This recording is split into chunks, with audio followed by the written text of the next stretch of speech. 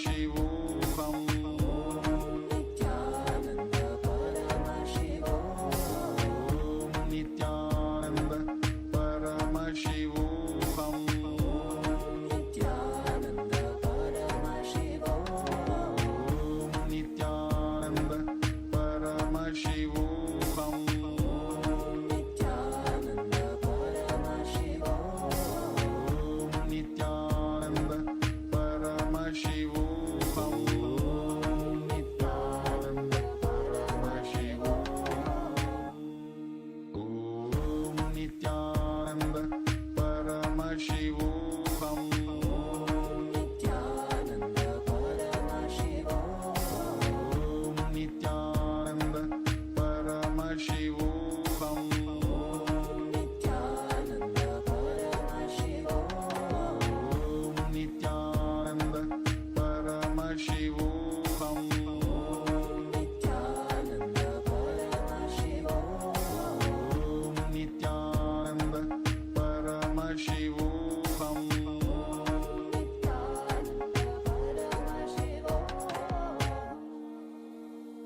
Om Nithyananda Paramashivoham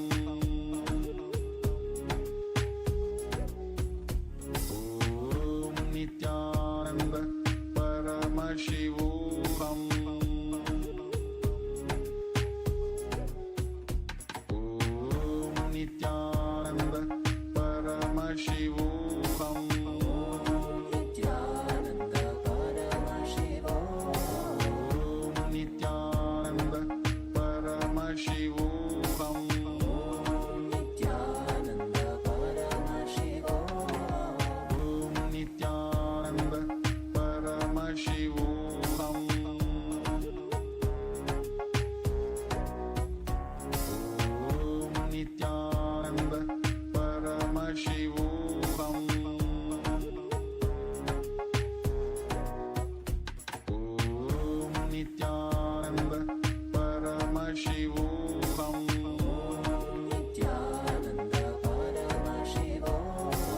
Om Nithyananda Paramashivoham Nithyananda Paramashivoham Om Nithyananda Paramashivoham Nithyananda Paramashivoham Om Nithyananda Paramashivoham Nithyananda Paramashivoham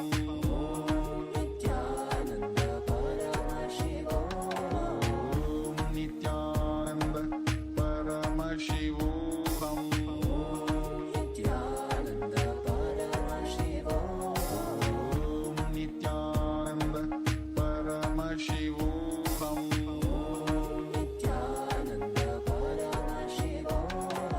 Om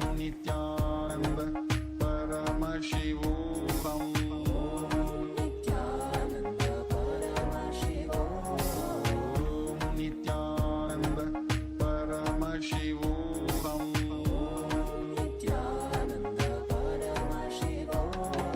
Om Nithyananda Paramashivoham Nithyananda Paramashivoham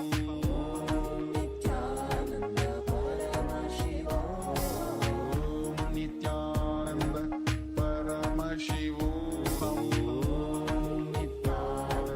Paramashivoham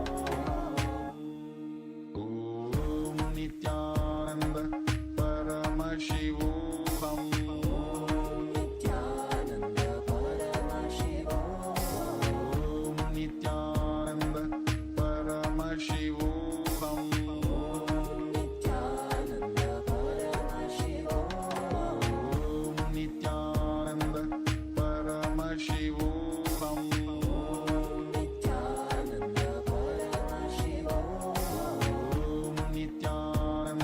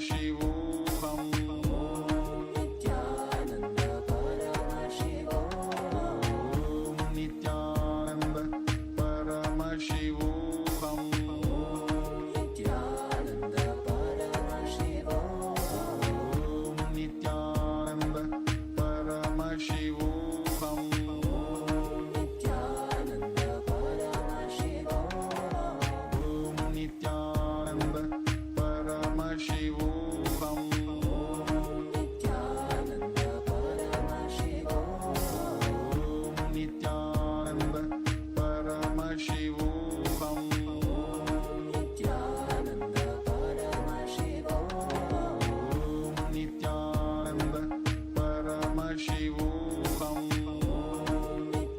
Nithyananda Paramashivoham Nithyananda Paramashivoham Nithyananda Paramashivoham Om Nithyananda Paramashivoham Nithyananda Paramashivoham Nithyananda Paramashivoham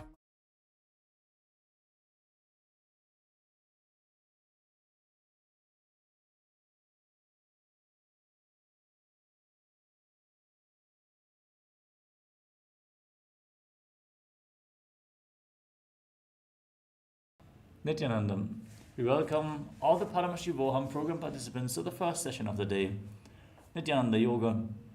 We're going to perform the Pratama Vinyasa Krama 108 and the Dvitiya Vinyasa Krama 308 asana sequences. Requesting all the yoga participants to please settle down on your yoga mats, have your Panchavatam and a dharni ready, 1 cup and a spoon and some water for the ritualistic cleansing. Apply Vibhuti and Kumkum on your forehead. Wear the Abharanam, the Rudraksha Mala, and please be seated in a comfortable cross-legged position with your head, neck and spine in a straight line. Bring your hands on Namaskara Mudra in front of your heart center. Close your eyes. Take a deep breath. Visualize Swamiji in your inner space as we open this session with the Sadguru Vandanam. Nithyanandam Paramasukadam Kevalam Jnanamurtim Tvandvaditam Gagana Sadusham Tatpamasyadilaksham Ekam Nityam Vimalamachalam Sarvadi Sakshi Bhutam Bhavaditam Trigunarahitam Sadgurum Tam Namami. Next, we are going to invoke Paramashiva's presence. Keep your hands in Namaskara Mudra. Keep your eyes closed. And internally, follow along as we chant the Shiva Mula mantra. Om Ham Haum Shivaya Namaha. 11 times. Chant it internally without striking a sound. Om Ham Haum Shivaya Namaha. Om Ham Haum Shivaya Namaha. Om Ham Haum Shivaya Namaha. Om Ham Haum Shivaya Namaha. Om Ham Haum Shivaya Namaha. Om Ham Haum Shivaya Namaha. Om Ham Haum Shivaya Namaha. Om Ham Haum Shivaya Namaha. Om Ham Haum Shivaya Namaha. Om Ham Haum Shivaya Namaha. Om Ham Haum Shivaya Namaha. Next, we are going to perform the Tattvachamanam, the ritualistic cleansing. Keep your Panchavatam and the Dharni with you. Keep your right hand in the Gokarana Mudra in the shape of a cow's ear. Take 1 udani of water, 1 spoon of water, and pour it into your right palm.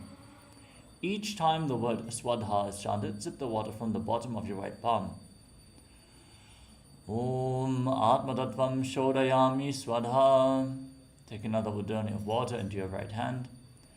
Om Vidyatattvam Shodayami Swadha.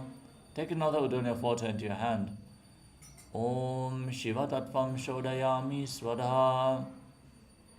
Now wash your right hand with the water from the Panchapatam and wipe your lips twice with the bottom of your right thumb. Om Ham Hridayaya Namaha. Wash your hand again. With index fingers and thumbs, with index, middle and ring fingers joined together, touch above the upper lip and below the lower lip.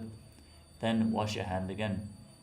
The index finger and thumb joined together, touch your right nostril and your left nostril. With the ring finger and thumb, touch your right eye, your left eye, your right ear and your left ear. Then wash your hand again. With your little finger and thumb, touch your navel, your right chest and your left chest. And with all the fingertips joined together, touch the crown of your head, the right shoulder, the left shoulder, and your heart center. Wash your hand once more. Then place your right hand over your left, clasp your hands and place them on the right thigh. Close your eyes and make a conscious resolution what you want to manifest today as part of today's ritual of Nithyananda Yoga. Hold this visualization as we chant the Sankalpa mantra. Om Mamopata Samastam Duritakshayatvaram Bhagavad Shri Nithyananda Paramashiva Prityatam Shri Nithyanandeshwari Paramashiva Shakti Sametam Shri Nithyanandeshwara Paramashiva Prityatam Cha Adya Purvokta Evam Guna Visheshena Vishishtayam Asyam Shupatitau Purna Arogya Yukta Dudagatra Yogida Sharira Sityatam Paramashiva Shakti Avishkaranartham Nithyananda Yoga Pyasam Karishye. Now wash your right hand once more. Om Apa Upasprishya. And place Panchapatam and Udani aside out of harm's way. So we can safely enter into this ritual of Nithyananda Yoga, starting off with the first asana, Sukhasana. In a comfortable cross-legged position, keeping your head, neck and spine in a straight line, place your hands on top of the knees in Bindu Mudra, index fingers and thumbs touching. Visualize Lord Shiva in your inner space. Breathe in Samana Kumbhaka, inhale fully, hold your breath. Then exhale fully, again hold your breath in the navel region. Meditate on a flame in your stomach. Engage Mula Bandha, the root lock, contracting your perineal floor and pulling it inwards. Uddiyana Bandha, the abdominal lock, contracting your abdominal muscles above and below the navel and pulling your stomach in and up towards your spine. And the Jalandhara Bandha, the throat lock, tucking your chin to the chest, internally contracting the throat muscles. All the three bandhas performed together form Mahamudra Bandha, to which you are going to refer various times throughout this sequence. So memorize Mula Bandha, root lock, Uddiyana Bandha, abdominal lock, and Jalandhara Bandha, the throat lock. Internally chant the japa, Soham, and visualize it rotating around your throat in a circular manner, cleansing your Vishuddhi chakra, your throat chakra, and awakening Vak Shakti, the power of speech.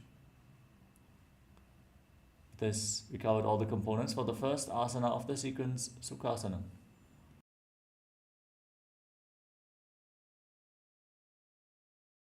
Sukhasana. Tat Sukhasanamityuktam Ashaktastat Samacharet Asanam Vijitam Yena Jitam Tena Jagatrayam. Parvatasana. Now place your feet on top of opposite thighs. Sit in Padmasana. Join your palms in Anjali Mudra and raise them up straight above your head. Engage all three bandhas and visualize yourself as Mount Kailash.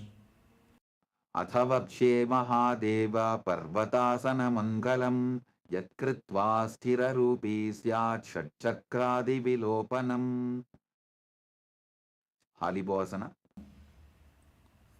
Now extend your feet out in front of you. Join the soles of the feet together, interlock your hands behind your back, and place your forehead on the ground behind your heels. Gaze towards the tip of your nose, engage Mahamudra Bandha, and visualize Swamiji in your inner space.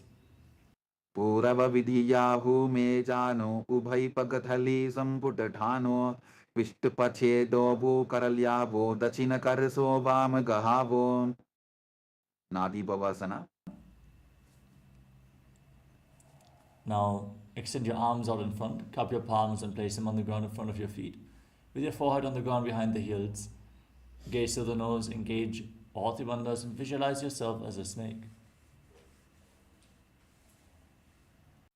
Purava vidhi pari agane nito ho bhi kahu nipanasyo lagajib. हाथ आगाने धरती लगावे पसारी दो वो हाथ की अंजुली करे. Kokilasana. Now extend index and middle fingers and hold on to little and ring fingers with your thumb in Prana Mudra. Hold on to your big toes, extend your legs forward and up, and then cross them into Padmasana and lean forward and down onto your elbows. Engage Mahamudra Bandha, all the bandhas, and visualize yourself as a bird.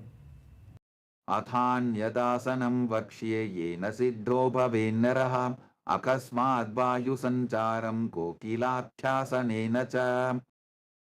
Nithyananda. Now stack your knees and ankles and hold on to opposite elbows. Start rotating your arms in wide circles. Gaze towards the tip of the nose. Engage all the bandhas. Every once in a while, change the direction of the movement and keep visualizing Swamiji in your inner space in Nithyananda. Goda Bama Padiki Ashamahili Soja Dachicharan Ko Baralota Parikul Prasamoja Vamapada Ko Mahilo Bahuro Pulpatujana Tapari Goda Dachiki Ashabarali Dhana. Gajasana.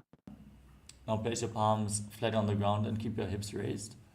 Scoop your head and chest forward and down. Pull your stomach in and up in Uddiyana Bandha, the abdominal lock. Visualizing yourself as an elephant. Nyukjam padagre bhumau pritvalambi bhuyamastagre nidhayam nitambam urdhvamunnamaya nabilaksham bhumau nasika maninyam. Rikshasana. From the same position, now push one heel into the ground and lift the other heel up alternatingly. Visualize yourself as a bear as you keep Uddiyana Bandha engaged.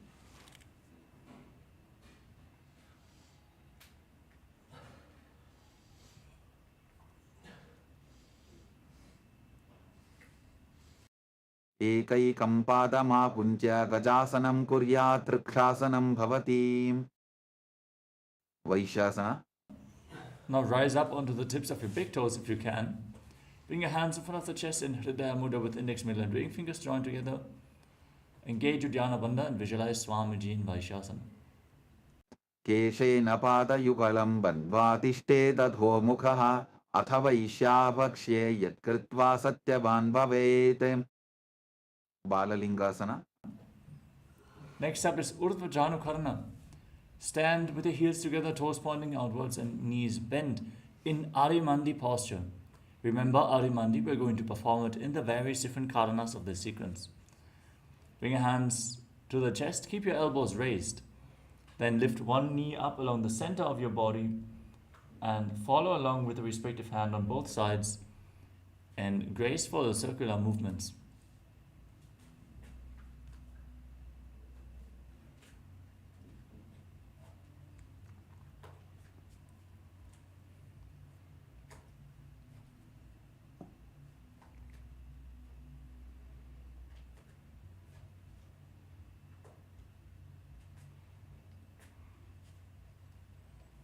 Next up is Bala Lingasana. Now interlock your fingers from the outside in Sarva Shankari Mudra. Raise one knee and pull it close towards your chest with both hands. Engage Mahamudra Bandha, all the bandhas, and visualize yourself holding a baby. Keep breathing in Samana Kumbhaka. Inhale fully, hold your breath.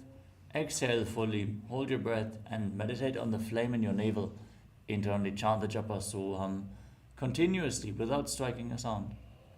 Ekam danu urasi alingya sthatavyam balalinganam bhavati. Padabhidanasana. Now pull the foot behind towards your buttocks with the hands interlocked in Parashumudra. Engage Mahamudra Bandha, all the bandhas. Root lock, abdominal lock and throat lock as you visualize Swamiji in Padabhidanasana. स्थित्वैकस्मिन् पादतले कराभ्यां वेष्टयेत्तनं पृष्ठे संस्थाप्य यत्नेन पादपीडनमासनं Natarajasana. Now hold the sole of the foot from the inside and kick the leg back and up as you extend the other hand forward in Bindu Mudra, index finger and thumb together. Visualize yourself as Lord Nataraja in Natarajasana. उत्तानपादं क्रौञ्चं च मरीचिं वीरभद्रकं नटराजं त्रिकोणं च सुप्ताङ्गुष्ठप्रसारणे Balalingasana. Now repeat Balalingasana on the other side. Pull the other knee up towards your chest with your hands interlocked from the outside in. Contract your perineal floor. Pull your stomach in and up and lock your throat as you visualize yourself holding a baby. Ekam janu urasi alingya sthathavyam balalingaram bhavati. Padapītanasana. Pull the foot behind towards your buttocks with your hands in Parusha Mudra, fingers interlocked, and visualize Swamiji. Continue chanting the Japa Soham internally. Sthitvaikasmin padatale karabhyam veshtayettanam prishte samstapya yattena padapīdanamasanam. Natarajasana. Hold the sole of the foot from the inside, kick your leg back and up, extend the other arm forward with the hand in Bindu Mudra, and visualize yourself as Lord Nataraja. उत्तानपादं क्रौञ्चं च मरीचिं वीरभद्रकं नटराजं त्रिकोणं च सुप्ताङ्गुष्ठप्रसारणे Tadasana. Next up is Ardhari Chittakarana from Arimandi. Heels together, toes pointing outwards and knees bent. Bring your hands to the chest, elbows raised. Step the right foot behind the left and gracefully swing the right arm back and forth like a pendulum. Move your fingers one by one. Then place your hand over the nose. Uncross your ankles, step the other foot behind and repeat the movement on the other side.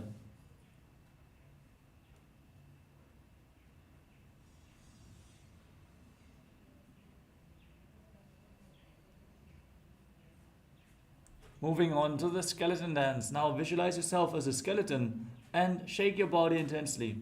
Move every single bone of your body without any patterns, without any rhythm. Just dance wildly while visualizing that you are a skeleton. Just visualize your bone structure. No muscles, no tissue, just bones. Move all the bones.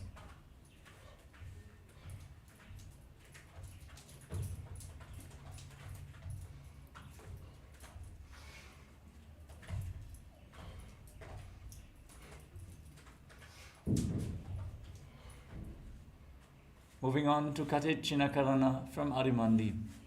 Cross your arms over top of your head and rotate your body to one side. Open up your arms. Then cross them back as you return to the center. Open your arms up to the other side again and again in Katechinakarana. Om Nithyananda Paramashivoham. Om Nithyananda Paramashivoham. Om Nithyananda Paramashivoham.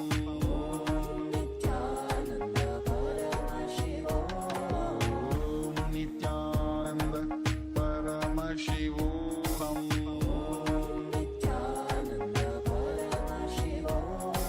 Om Nithyananda Paramashivoham.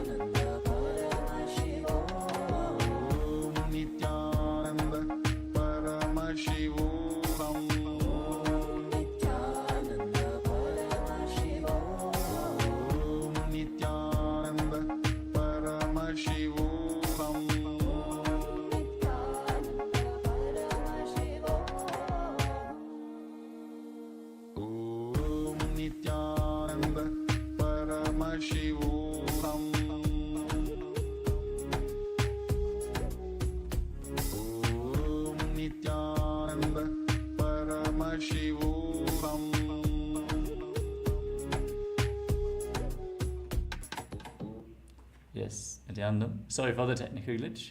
Let us now move into Katichina Karana. Stand in Arimandi. Heels together, toes pointing outwards and knees bent. Cross your arms over top of your head and then open up your arms to one side. Rotate your body. Return to the center. Open up your arms again. Open them up to both sides again and again.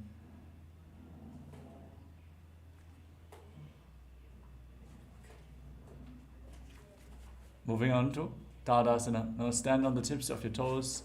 Raise your arms up parallel above your head. Engage Mahamudra Bandha. Visualize yourself as a palm tree and internally chant the new japa Shivoham.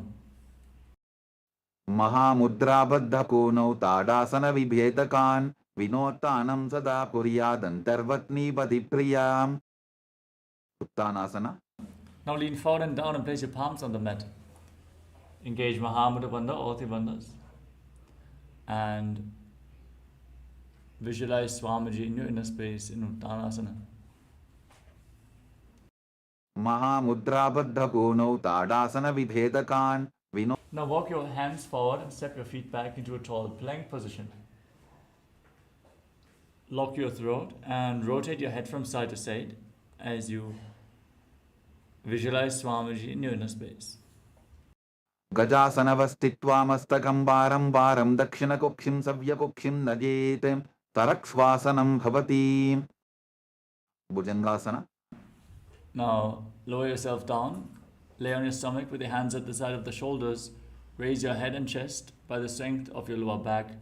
Open up your mouth and inhale through your throat in Bhujangani Mudra, visualizing yourself as a cobra. अंगुष्ठनाभिपर्यन्तम् अधो भूमौ विनिन्यसेत् कराभ्यान्तधरान् धृत्वा ऊर्ध्वशीर्षफणीवशीं देहाग्निर्वर्धते नित्यं सर्वरोगविनाशनं जागर्ति भुजगी देवी भुजङ्गासनसाधनात्. Shashasana. Now push yourself up into a plank position and alternate putting your knees in towards your chest back and forth. Breathe calmly through your nose and lead the prana along your spine, holding your breath along the various energy centers of your spine. In Sahadra Kumbhaka, and visualize Swamiji in Shashasana. गजासन संस्थितौ जानुद्वयमाकुञ्च वारं वारं कर्तव्यं शशासनं भवति. रथासना. Now step one foot forward in between the two hands. Simultaneously jump the front foot back and bring the other foot forward again and again as you visualize yourself as a chariot. गजासन संस्थितो एकैकं पादं पूर्वमार्गेण भ्रामयित्वा कर्तव्यं तथासनं भवति. Virabhadrasana. Now rise up. Keep one foot forward and the other foot far back with the back toes facing sideways. The front knee bent at a 90-degree angle. Raise your arms up parallel above your head and engage Uddiyana Bandha, the abdominal lock. Gaze towards your third eye and visualize yourself as Lord Veerabhadra. वासिष्ठमथ कौण्डिन्यम् ऊर्ध्वकुक्कुटमेव च अष्टावक्क्रमथोत्थानं मयूरं सेतुबन्धनम् उत्थानपादं क्रौञ्चं च मरीचिं वीरभद्रकं नटराजं त्रिकोणं च सुप्ताङ्गुष्ठप्रसारणे. Virabhadrasana. Now exchange the position of your feet. Raise your arms up, gaze to your third eye and visualize yourself as Lord Veerabhadra in Veerabhadrasana on the other side. वासिष्ठमथ कौण्डिन्यम् ऊर्ध्वकुक्कुटमेव च अष्टावक्क्रमथोत्थानं मयूरं सेतुबन्धनम् उत्थानपादं क्रौञ्चं च मरीचिं वीरभद्रकं नटराजं त्रिकोणं च सुप्ताङ्गुष्ठप्रसारणे. Vrikshasana. Now raise one foot towards the inner opposite thigh. Join your hands in Anjali Mudra and raise them up above your head. Engage Uddiyana Bandha and visualize yourself as a tree. वामोरुमूलदेशे च याम्यं पादं दिधार्यतो तिष्ठेत्तु वृक्षवद्भूमौ वृक्षासनमिदं विदुः. गव्यासना. Now bring the raised foot on the opposite hip and your hands in Namaskara Mudra in front of your heart center, visualizing yourself as Lord Garuda. गरुडासनमावक्ष्ये येन ध्यानं स्थिरं भवेत् सर्वदोषाद्विनिर्मुक्तो भवतीह महाबली. एकपादमुरो बद्ध्वा एकपादेन दण्डवते जङ्घापादसन्धिदेशे जानुभ्यग्रं व्यवस्थितः. Vrikshasana. Now raise the other foot up towards the inner opposite thigh. Join your hands and raise them up above your head in Anjali Mudra and engage your Dhyana Bandha. वामोरुमूलदेशे च यां यं पादं निधार्यतु तिष्ठेत्तु वृक्षवद्भूमो वृक्षासनमिदं विदुः Varmrasana. Now bring your raised foot on the opposite hip and your hands in Namaskara Mudra in front of your heart center as you visualize yourself as Lord Garuda. गरुरासनमावक्ष्ये येन ध्यानं स्थिरं भवेत् सर्वदोषाद् विनिर्मुक्तो भवतीह महाबली एकपादमुरो बद्ध्वा एकपादेन दण्डवते जङ्घापादसन्धिदेशे जानुभ्यग्रं व्यवस्थितम् त्रिकोणासना. Now step one foot forward and the other foot far back toes facing sideways. Extend your arms out, parallel to the ground and lean forward and down, placing one hand by the foot, the other arm pointing up to the sky. Rotate your chest, gaze up along the raised arm and visualize yourself as a triangle. उत्तानपादं क्रौञ्चं च हरीचिं वीरभद्रकं नटराजं त्रिकोणं च सुप्तान्बुष्टप्रसारणे त्रिकोणासना. Now rise up and lean down towards the other side. Rotate your feet, gaze up and visualize yourself as a triangle. उत्तानपादं क्रौञ्चं च हरीचिं वीरभद्रकं नटराजं त्रिकोणं च सुप्ताङ्गुष्टप्रसारणे अंगुष्टासना. Next up is Nikuttaka Karana from Marimandi. Heels together, toes pointing outwards and knees bent. Raise one heel off the mat. Bring your hands in front of the chest with the palms facing each other. Then stomp the raised heel down, lift the other heel up, and exchange the position of your hands in front of your chest again and again.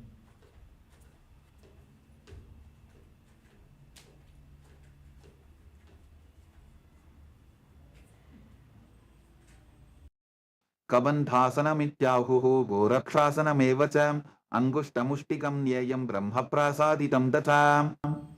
Now squat down, raise your heels off the mat and sit on the heels. Keep your toes tucked, knees off the ground, jointed together as you bring your hands in Namaskara Mudra in front of your heart center. Visualize Swamiji in your inner space and start buzzing like a bee on the inhalation and exhalation in Brahmari Kumbhaka. Internally chant the new japa Sadashivoham in Angushtasana.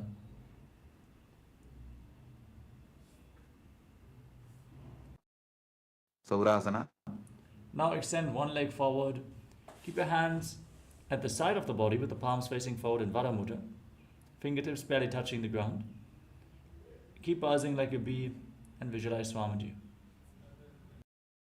प्रसार्यैकं पादतलं संस्थाप्य त्वेकपादकं विधुननासना. Now lean forward and down and hold on to the big toe of the front foot and the heel of the back foot as you visualize Swamiji in your inner space. गुल्फस्थितौ पादमेकं प्रसार्य तत्पादाग्रं संस्पृशेत् तत्करेण गुल्फं चान्यं धारयेत् तत्करेण धूनं बेढं चाभ्यसेत् चोभयत्र. सौरासना. Now exchange the position of your feet. Step the other foot forward. Hands at the side of the body. Palms facing forward. Vara Mudra. And visualize Swamiji in your inner space. प्रसार्यैकं पादतलं संस्थाप्य त्वेकपादकं विधुननासना. Now lean forward and down and hold on to the big toe of the front foot and the back heel and visualize Swamiji as you keep buzzing like a bee. गुल्फस्थितौ पादमेकं प्रसाद्य तत्पादाग्रं संस्पृशेत् तत्करेण गुल्फं जान्यं धारयेत् तत्करेण धूनं बेढं ताभ्यसेत् चोभयत्र. ब्रह्मचुरं कुशासना. Now step both feet in towards your body. Keep your knees raised off the ground and sit on raised heels.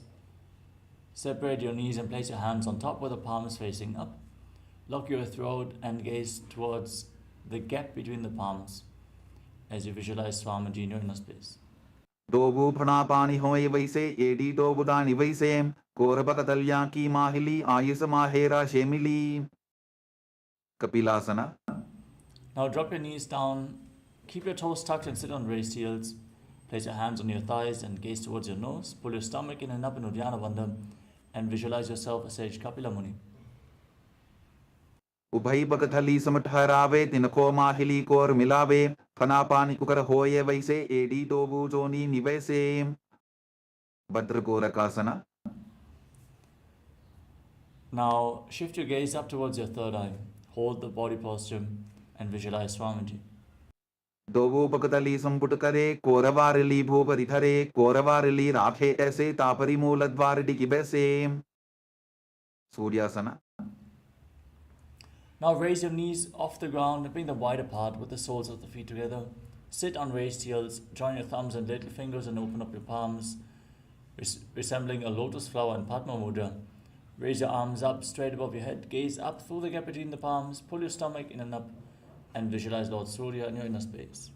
AD दोवो बुता दरियाने फना पानी बैठक बु निठाने गोड़ा जंगा अधर करी रहे आडे वाम इसी विधि कहे मंडुकासना. Now place your knees and the top of the feet flat on the mat, with your toes touching behind your back. Place your hands on the knees, gaze to your third eye.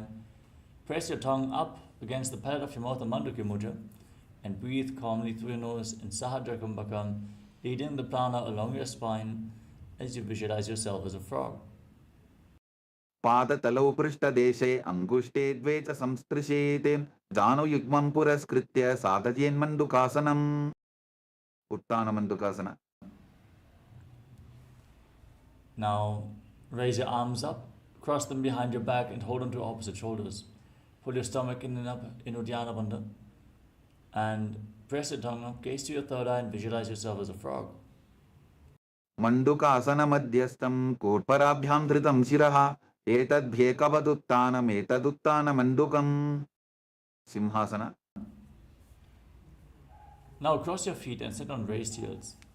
Place your hands on the knees, gaze towards the tip of the nose, stick your tongue out and exhale forcefully through your mouth again and again as you visualize yourself as a lion. दक्षिणं सव्यपुल्फेन दक्षिणेन तथेतरं हस्तौश्च जान्गो संस्थाप्य स्वाङ्गुलीश्च प्रसार्य च. भद्रासना. Now bring your knees wide apart, join the soles of the feet together with the toes pointing backwards. Cross your arms behind your back as you sit on your heels and hold on to opposite big toes in Prana Mudra. Lock your throat in Jalandhara Bandha, gaze to the nose, visualize Swamiji, and once more start buzzing like a bee on inhalation and exhalation in Bhadrasana. गुल्फौ तवृषणस्याधो व्युत्क्रमेण समाहितः पादाङ्गुष्ठौ कराभ्यां च धृत्वा च पृष्ठदेशतः. काकभुसन्ध्यासना. Now place your feet flat on the mat and keep your knees raised. Bring your arms in between the legs and wrap them around behind your back.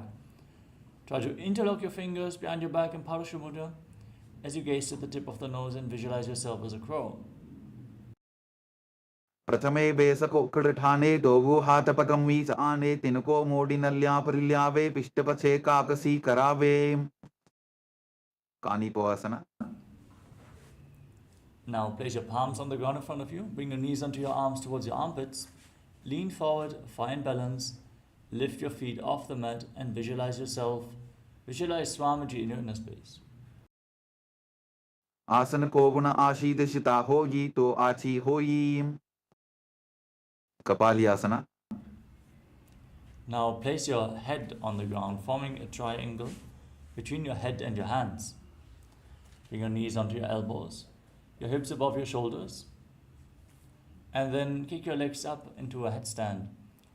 Lean against the wall for support if needed as you gaze to your nose and visualize Swamiji still buzzing like a bee in Brahmani Kumbhaka. शीश शीशा धरती टेकी पबदो वो मिलिवा ऊंचा भुकरे. पार्श्वमयूरासना. Now gently lower your legs down and come to a squatting position with your palms on the ground in front of you. Rotate your body, align one knee and the respective hip with your elbows. Lean forward, find balance and extend your legs out at the side. Lifting your body off the ground, gaze to your third eye and visualize yourself as a peacock. मयूरं दण्डवत् कुर्यान् मायूरं दण्डनामकं कुर्यान् मायूरं पार्श्वाभ्यां मायूरपार्श्वनामकं. पार्श्वमयूरासना. Now twist your body in the opposite direction. Lean forward onto your elbows and extend your legs out to the side as you gaze to your third eye and visualize yourself as a beautiful peacock. मयूरं दण्डवत् कुर्यान् मायूरं दण्डनामकं कुर्यान् मायूरं पार्श्वाभ्यां मायूरपार्श्वनामकम्. Bahiraganathasana. Now walk your hands forward, step one foot outside the respective shoulder in between the two hands. Push your hip forward. Lift your head and chest and gaze up towards your third eye. Visualize yourself as Lord Kala Bhairava in Bhairaganathasana. Asana ko gunapiti jayim. Bahiraganathasana. Now exchange the position of your feet. Step the other foot forward. Raise your head and gaze up, visualizing yourself as Lord Kala Bhairava. Asana ko gunapiti jayim. Unmukha Bidasana. Now, step both feet back. Try to bring your heels to the ground and then place your forearms on the mat. Lift your head and gaze up towards your third eye as you visualize Swamiji in your inner space. Breathe in Rechaka Kumbhaka. Exhale slowly and deeply and then hold your breath after each exhalation.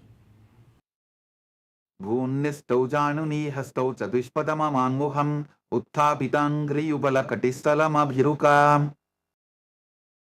Vasishtasana. Now rise back up onto your hands. Rotate your body and lift one arm up to the sky. Gaze up along the raised arm and visualize yourself as Sage Vashishta. Urdhva kukkuta vasishta maricha hala matsyakam parivrittim chodrasya vibitham dhanurasanam. Vasishtasana. Now rotate your body in the opposite direction. Repeat Vashishtasana on the other side.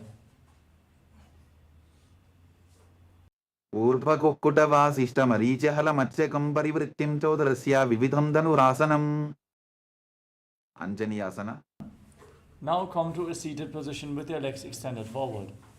Bring your hands underneath the buttocks with the palms facing up. Lock your throat in Jalandhara Bandha, gaze towards the tip of the nose, and visualize yourself as Lord Hanuman as you internally chant the new japa Paramashivoham and breathe in Rechaka Kumbhaka. Dobo karki ubay hateli koravarli may lebeli so agane bhuparidashe mahane anguli milirashe. Paschimottanasana. Now lean forward and down and hold onto the big toes in Prana Mudra as you engage Mahamudra Bandha, all three bandhas, and visualize Swamiji in Paschimottanasana. Janu parilalatantu paschimam tanamuchyate yena kena prakarena sukham dharyam tajayate. Ugrasana. Now rise up, slightly separate your knees, interlock your hands around your neck and lean forward and down. Bring your elbows outside the knees and engage Mahamudra Bandha as you visualize Goddess Kali in your inner space. Sopanibhyam dridham dhritva janu parishironyaset asano gramitam proktam bhavedanila deepanam dehavasana haranam paschimottana samyakam yayet tadasanam shreshtham pratyaham dharayet sudhihi. Vadichyasana. Now rise up, step one foot in towards your body with the heel close to the perineum. Wrap your arm around the raised knee and interlock your hands behind your back as you visualize yourself as Sage Marichi. Uttanapadam grauncham cham haricham veerabhadragam natarajam trikonam cha suptangushta prasarane. Mahamudrasana. Now drop the waist into the side, keep the heel against the perineum. Wrap your arm around the raised knee and interlock your hands behind your back. Lean forward and down. Lean forward and down and extend your arms out in front, holding on to the front foot with both hands. Gaze to the nose and visualize Swamiji. As you exhale, hold your breath and engage Mahamudra Bandha in Mahamudrasana. Mahamudram pravakshami tantresvin mama vallabhe yam prapya siddha siddhim cha kapiladyah puragataha. Vadichyasana. Now rise up, exchange the position of your feet. Step the other foot in towards your perineum with the knee raised. Wrap your arms around, interlock your hands behind your back and lean forward and down, visualizing yourself as Sage Marichi. Uttanapadam krauncham cham harichim veerabhadrakam Natarajam Drakonam cha Suptangushta Prasarane. Mahamudrasana.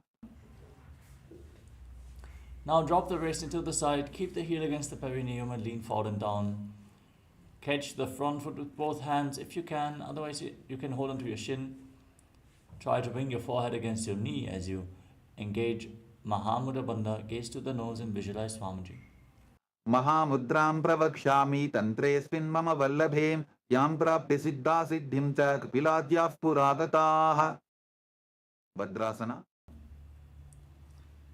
Now rise up, join the soles of your feet together, interlock your fingers around your toes. Pull your heels firmly against your perineum and push your knees to the mat by the strength of your groin. Gaze up towards your third eye and visualize Swamiji in your inner space. Gulbhaut vrishanasyadah sivantyah parshvayoho kshipet padaparshvetu panibhyam dradham badhva sunischaram. Valipavasana. Now slightly extend your feet away from your body and place your hands on the knees, lock your throat in Jalandhara Bandha, gaze to the nose and visualize Swamiji in your inner space. Puravachar pidichoka kakhyo soyi vahi vidichoki je soyi yame edi bhinna jarashe angula 8 antaro rashe. Donyasana. Now bring your feet back in towards your body. Hold onto the soles of the feet with all 10 fingers. Lean forward and down. Place your forehead on the mat. Gaze to the nose and visualize Yoni Mandala, the visual reflection of Devi Paramashiva Shakti. Dogo pagadali samputakare edi medke dingdadare ardhatako antararashe lilata pakathalya uparadashe. Midaki Pavasana. Now rise up. Extend your feet away from the body, keeping your heels together, toes apart. Extend your arms out to the side and lean forward and down. Place your forehead on the ground behind the heels, gaze to the nose and visualize Swamiji in your inner space. Purava viti paripagathali sampurta shola edi milirashe. Siddha Samadhyasana. Now bring your feet back in towards your body. With your toes together, heels apart, scoop your hands below the shins with the palms facing up. And place your face on the mat in front of your toes with your toes against your throat. Gaze to the nose and visualize Lord Surya in your inner space. Dogo pagadali samputakare swale medha aga medhare angula 8 antaro rashe edi ko ese vididashe. Chiniki Pavasana. Now bring your feet in towards your body. Hold onto the soles of the feet and open them up like a book, pressing your elbows down onto your thighs. Try to bring your knees to the ground, gaze to the nose and visualize Swamiji in Chinaki Pavasana. Dogo pakati edi dharti magiva medharagave. Starbharatsokasana. With the soles of the feet together, heels firmly pressed against your perineum, place your hands on the respective knees and gently push them down to the mat. Engage Uddiyana Bandha, pull your stomach in and up and gaze towards your third eye as you visualize Swamiji in your inner space. Dogo pagadali samputadhare avane kaizare pasare gora bhuso lagatarashe hat dogo gora paridashe. Bhairavasana. Now, rotate your feet. Raise your heels off the mat and bring the toes down with the soles of the feet together. Push your knees to the mat and place your hands on top in Bindu Mudra. As you gaze to your third eye and visualize yourself as Lord Kala Bhairava. Gulpho sampita jan yonyam vikrameno titam shanihi janbov pasvakato hasto dandavat bhairavasanam. Samanasana. Now, bring one heel against your perineum and lift the other foot up towards your chest with both hands. Gaze towards your third eye and visualize Swamiji in Samanasana. Samanasanamavakshe siddhamantradi sadhanat ekapadamaro dattva guhyonyalinga vatrake. Upanasana.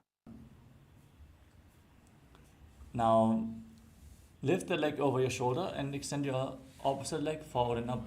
Keep your hands at the side for balance and gaze towards your third eye. Visualize Swamiji in your inner space. केवलं पादमेकञ्च स्कन्धे चारोपे यत्ततः एकपादेन गगने तिष्ठेत दण्डवत्प्रभो. Samanasana. Now exchange the position of your feet.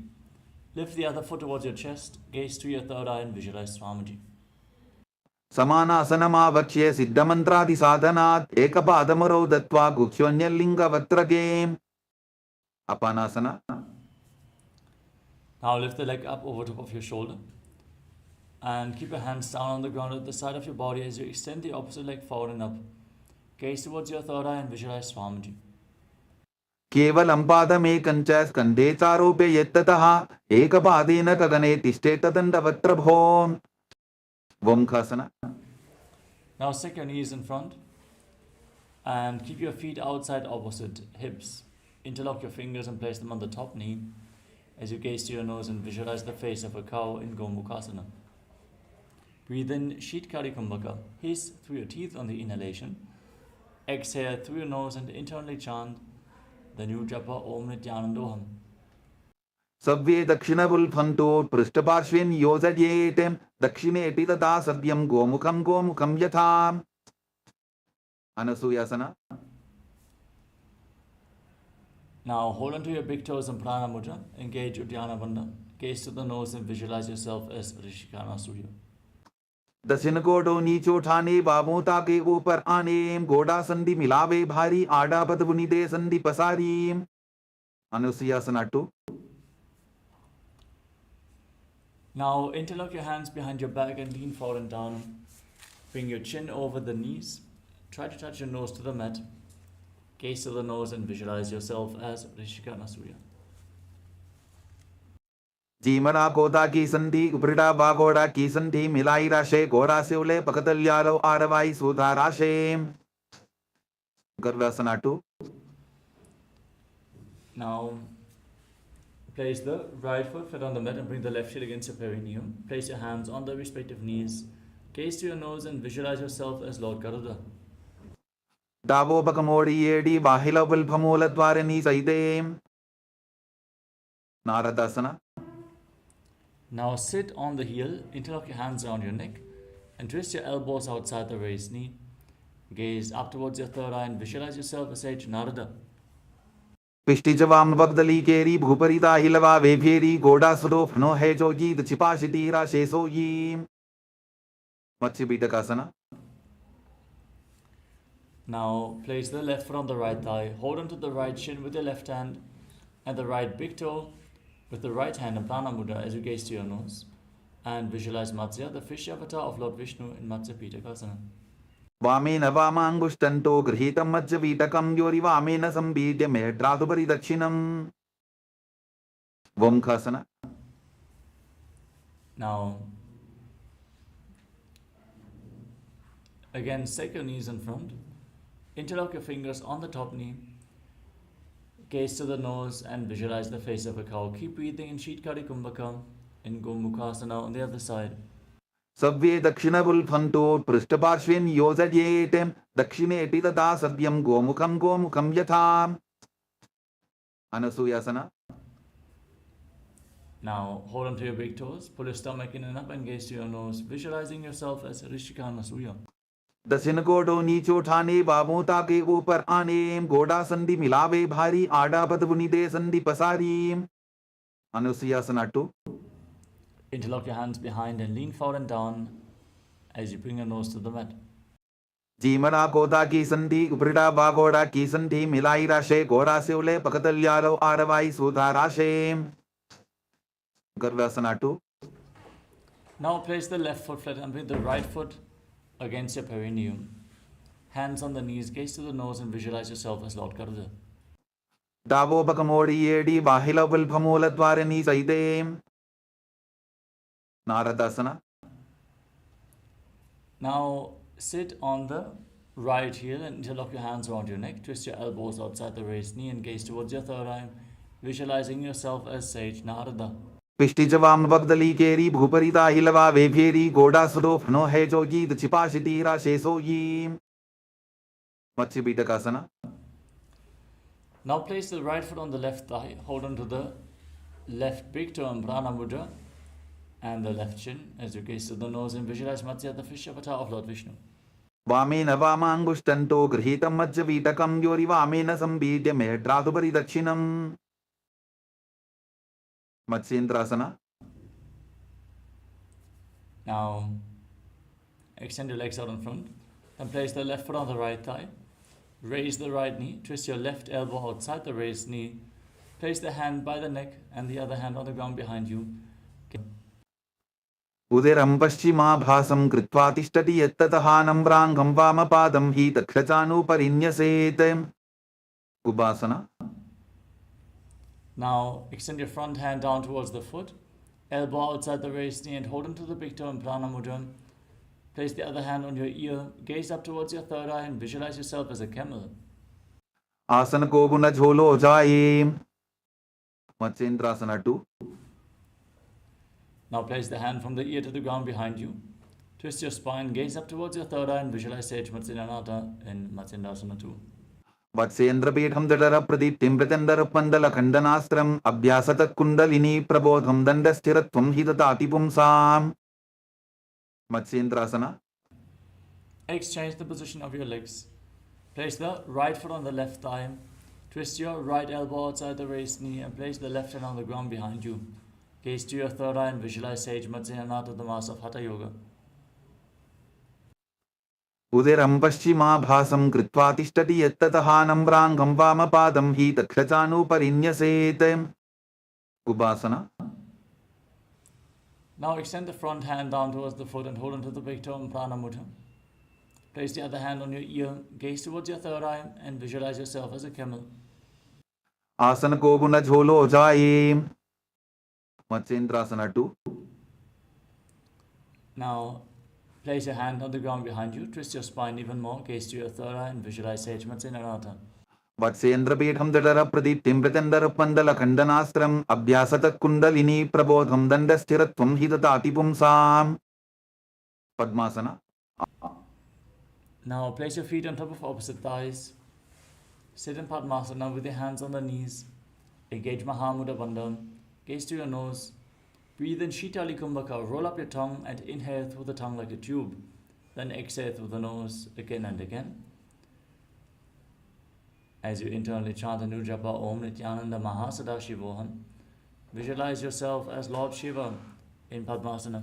आसनं द्विधं प्रोक्तं पद्मं वज्रासनं तथा ऊर्ध्वोरुपैचे धत्ते उभे पादतले यथा. Padmasana 2. Now maintain Padmasana, cross your arms in front of your body and hold on to the respective big toes in Prana Mudra. Gaze to the nose and visualize yourself as Goddess Parvati in Padmasana 2. उत्तानौ चरणौ कृत्वा ऊरु संस्थौ प्रयत्ततः ऊरु मध्ये तथोत्तानो पानी कृत्वा तु तादृशो. Kukutasana. Now bring your hands through your legs, place your palms on the mat and lift your entire body off the ground as you visualize yourself as a rooster. Breathe calmly through your nose in Sahajra Kumbhaka in Kukutasana. पद्मासनं सुसंस्थाप्य नान्वोरोरन्तरे करो निवेश्य भूमावासिष्ठे व्योमस्थः कुक्कुटासनः. बद्धकेकी आसना. Now rise up onto your knees with your legs in Padmasana, palms on the ground in front of you, fingers pointing towards your body. Bring your elbows against your navel, lean forward and down and lift your body off the mat as you visualize Swamiji in your inner space. धरामवष्टभ्यकरत्वेन तत्कूर्परिस्थापितानाभिपार्श्वः उच्चासनो दण्डवदुत्थितर्खे मायूरमेतत्र वदन्ति पीठं मयूरं पद्मकं कुर्यात् बद्धकेकीति कथ्यते. Payurasana. Now extend your legs back. Keep your elbows against your navel. Find balance and lift your legs up straight as you visualize yourself as a peacock. अथ वक्ष्ये महादेव मयूरासनमुत्तमं भूमौ निपात्य हस्तौ द्वौ कुर्परोपरि देहकम्. Makarasana. Now lay down on your stomach and interlock your hands around your neck. Place your forehead on the ground and rotate your feet so the toes are pointing outwards. Heels touching the ground as you visualize yourself as a crocodile. अध्यासशेदे हृदयं निधाय भूमौ च पादौ च प्रसार्यमानो शिरश्च धृत्वा करदण्डयुग्मे देहाग्निकारं मकरासनं तत्. Salabhasana. Now place your hands on the ground at the side of the shoulders and lift your legs off the ground completely, visualizing yourself as a locust Breathe calmly in Sahadra Kumbhaka in Shalabhasana. अध्यासशेते करयुग्मवक्षो भूमिमवष्टभ्यकरयोस्तलाभ्यां पादौ च शून्ये च वितस्ति चोर्ध्वं वदन्ति पीठं शलभं मुनीन्द्राः. Ushtrasana. Now bend your knees and hold onto your feet. Firmly pull them down towards the ground outside your hips. As you try to touch the ground with your heels, visualize yourself as a camel. अध्यासशेते पदयुग्मव्यस्तं पृष्ठेटिदायापि धृतं कराभ्याम् आकुञ्चयेत् सम्यक् उदरासेवाढमुष्ट्रं च पीठं योगिनो वदन्ति. Dhanurasana. Now firmly hold onto your feet, kick your legs back and up, and raise your head and chest, visualizing yourself as Pinaka Lord Shiva's bow in Dhanurasana. प्रसाद्य पादौ भुवि दण्डरूपौ करौ च पृष्ठे धृतपादयुग्मं कृत्वा धनुस्तुल्य विवर्तिताङ्गं निगद्य योगी धनुरासनं तत्. Bhavasana. Now come to a kneeling position. Sit in between your heels with the toes touching behind your back. Place your hands on the respective knees and gaze towards your third eye as you breathe calmly through your nose in Sahadra Kumbhaka. Visualize Swamiji and internally chant Om Nithyananda Paramashivoham. उल्टा मोड़ी पावतो वैसे बहुरोच विधि करे एक ऐसे पावन महिला बुल्पुस होवु कुलापाशितीला वेसोवु. Gohyasana. Now place your forearms on the ground, elbows shoulder width apart. Interlock your fingers and place your head on the ground. Support your head with your hands. Gaze towards the tip of the nose as you lift your legs up. Keep your knees bent. Squeeze your body into a ball and try to touch your chin with your knees. Breathe in Sahadra Kumbhaka as you visualize Swamiji in your inner space. तो वो हाथ की कहुनी जोगी पुनः कलाई जाने दोयी. Shirasasana. Now extend your legs up straight into a headstand, leaning against the wall for support if needed. Gaze to your nose and visualize Swamiji. विपरीतं मण्डलं तद्विधैव विदितं हिनः दण्डासनं दिता प्रोक्तं विपरीतोपवेशने. Down and come to a seated position with your legs extended forward. Hold onto your calves and lift them up in front of your face as you forcefully exhale again and again, like the bellows of a blacksmith, without focusing on the inhalation that will happen naturally. In Bhastrika Kumbhaka, visualize Swamiji in Podhyasana. दो वो हाथ पक बाहर आने गोरा तरे काकसी ठाने अंगुष्ठ पिंडली लगता धरे चरण उभे आकाश दिशी करे. परिभाषना.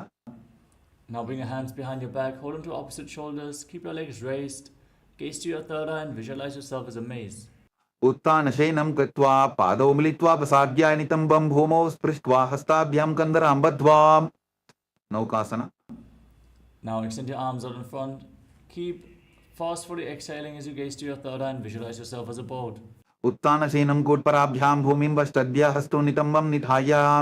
रुद्रासना. Now scoop your hands below the feet and pull them in towards your chest.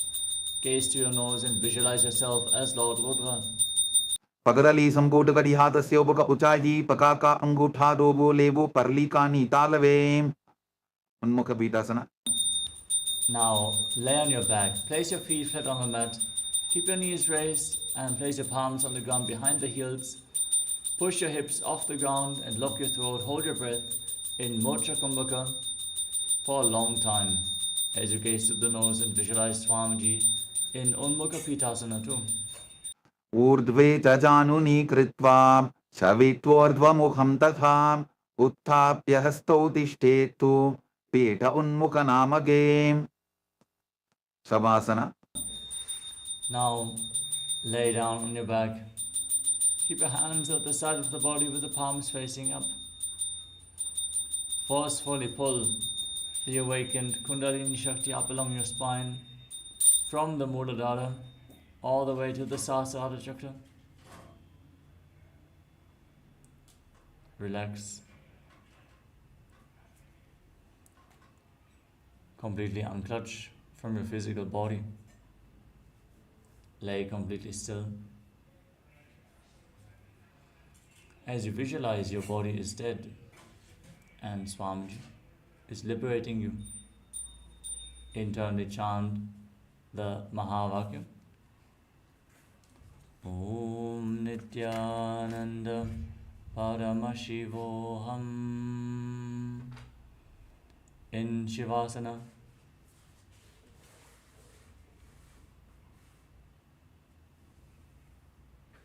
Uttanam Shavabad Bhumau Shayanam Tu Shabhasanam Shabhasanam Shranti Haram Chitta Vishranti Karakam.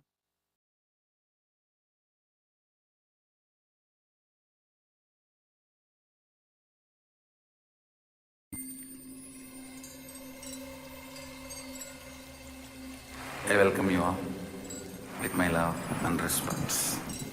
Let you all open all your three eyes. Om Nithyananda Paramashivoham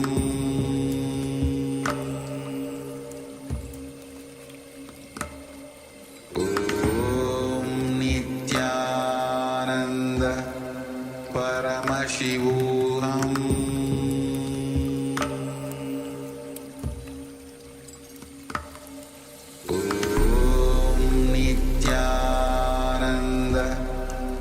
Paramashivoham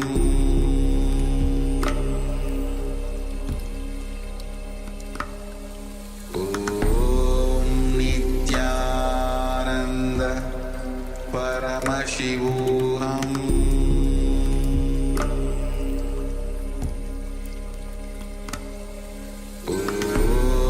Nithyananda Paramashivoham Paramashivoham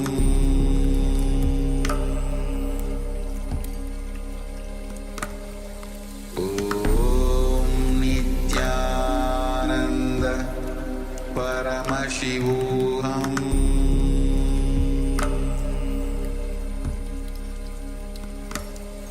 Om Nithyananda Paramashivoham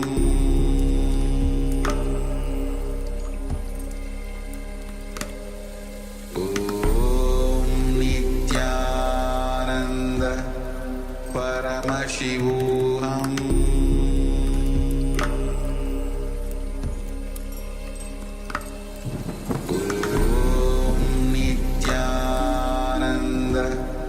Paramashivoham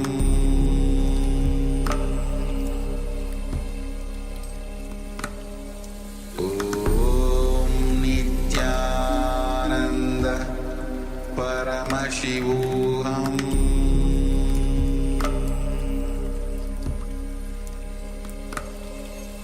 Om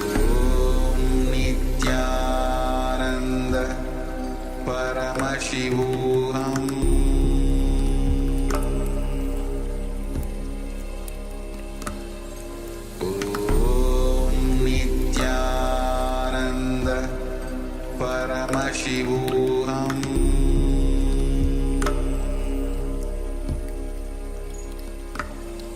Om Nithyananda Paramashivoham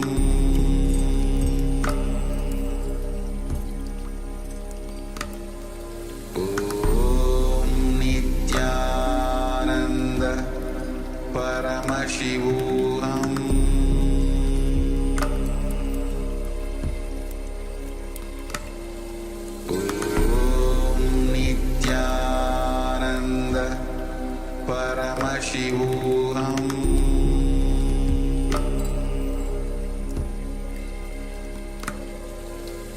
Om Nithyananda Paramashivoham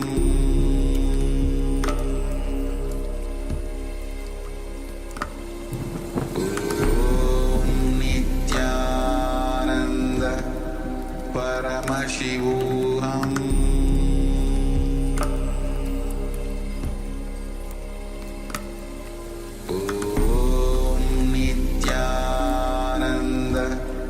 Paramashivoham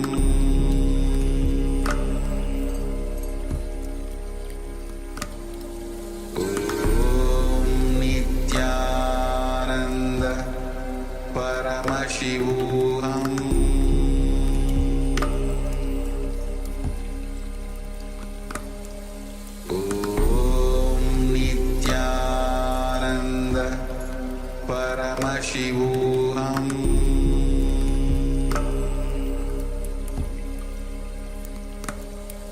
Om Nithyananda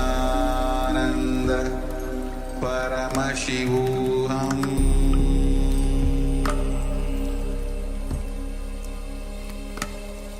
Om Nithyananda Paramashivoham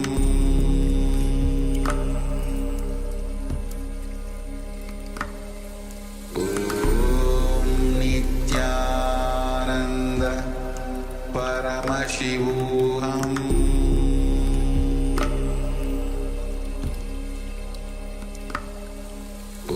Om Nithyananda Paramashivoham Om Nithyananda Paramashivoham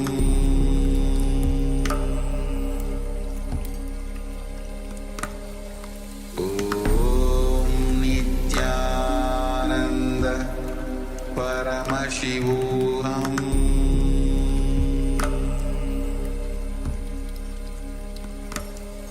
Om Nithyananda Paramashivoham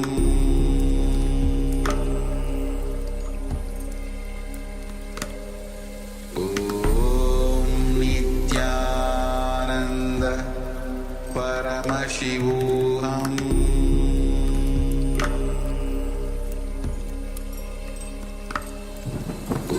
Om Nithyananda Paramashivoham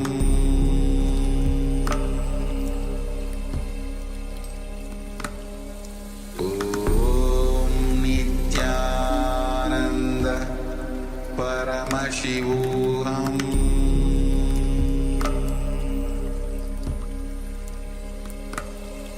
Om Nithyananda Paramashivoham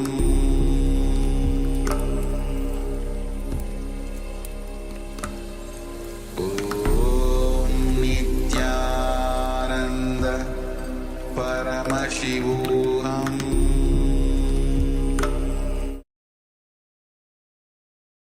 Now, slowly return to your physical body. Start to wiggle your fingers and toes. Rotate your wrists and your ankles. Move your arms and legs. Pull your knees up towards your chest and circle them with your arms. And rock your body from side to side as you slowly return to a comfortable seated position.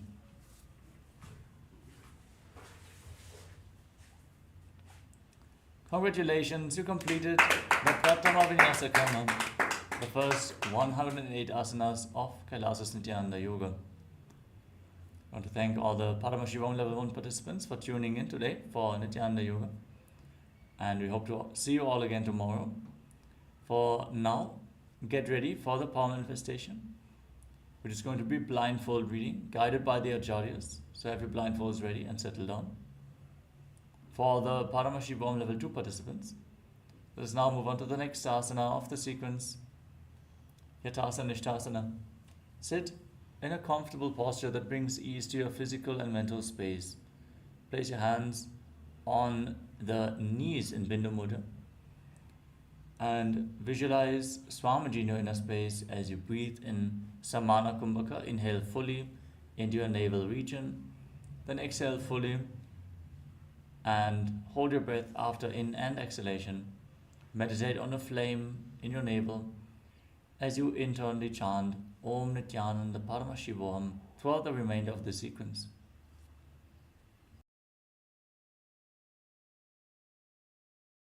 यथासनिष्टासन पर्यङ्कं तत्समाख्यातं यथसंस्थं यथा स्थितिः Samasana. In a cross-legged position, place your hands on the knees in Bindu Mudra and visualize Swamiji in your inner space.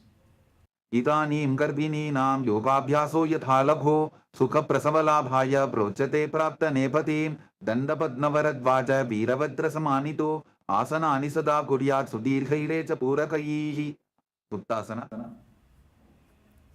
Now, bring your left heel against your perineum and the right foot on top of the left. Keep your hands flat on your knees and gaze towards the tip of the nose as you visualize yourself as a sage liberated by the Supreme Pontiff of Hinduism. निपीड्यसीविनीं सूक्ष्मां दक्षिणेतरबुल्फतः वामं यां येन गुल्फेन मुक्तासनमिदं भवेत्. सिद्धासना. Now, gaze up towards your third eye and visualize Swamiji. स्थानुस्सम्यमिदेन्द्रियो चलदशा पश्यन् भ्रुवोरन्तरं चैतन्मोक्षकपातभेदजनकं सिद्धासनं प्रोच्यते. सिद्ध्यासना. Shift your gaze down to the ground in front of you, engage Mahamudra Bandha and visualize Swamiji in your inner space.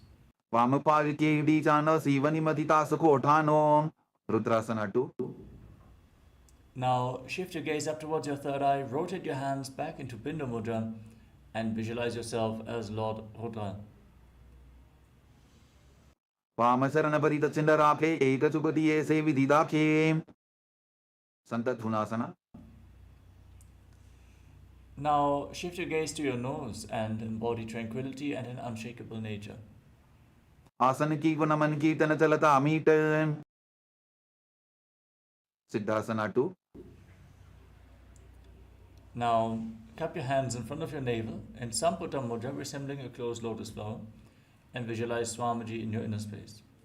विजुकार्य समासीन सिद्धासनमुदीरितं प्रसार्य भूयिपादौ तु दोर्भ्यामङ्गुष्ठमादरात्.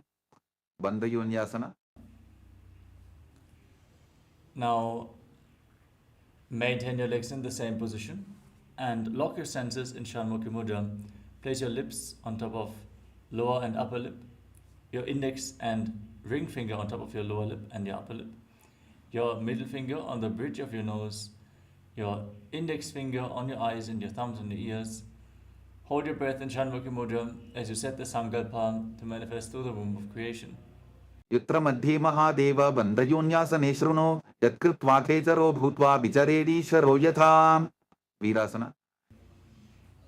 Now place the right foot on top of the left thigh and the left foot below the right thigh. Keep your hands on your knees in Bindu Mudra and embody the state and space of bravery. एकं पादमथैकस्मिन् मिन्यस्योर्नि संस्थितः इतरस्मिंस्तथा चोरुं वीरासनमुदीरितं. वाल्मीकासना. Now shift your gaze up towards your third eye and visualize Sage Valmiki, the great poet and author of Ramayana. दाबा bug की बगथली पुनि Eli है जोजम.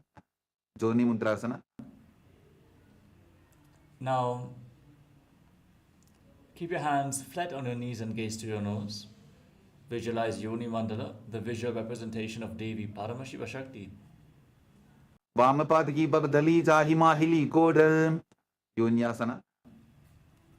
Now shift your gaze up towards your third eye. Hold the visualization of Yoni Mandala and keep breathing with deep inhalations, holding your breath. Then deep exhalations from the navel, holding your breath, meditating on a flame in your navel region in Samana Kumbhaka.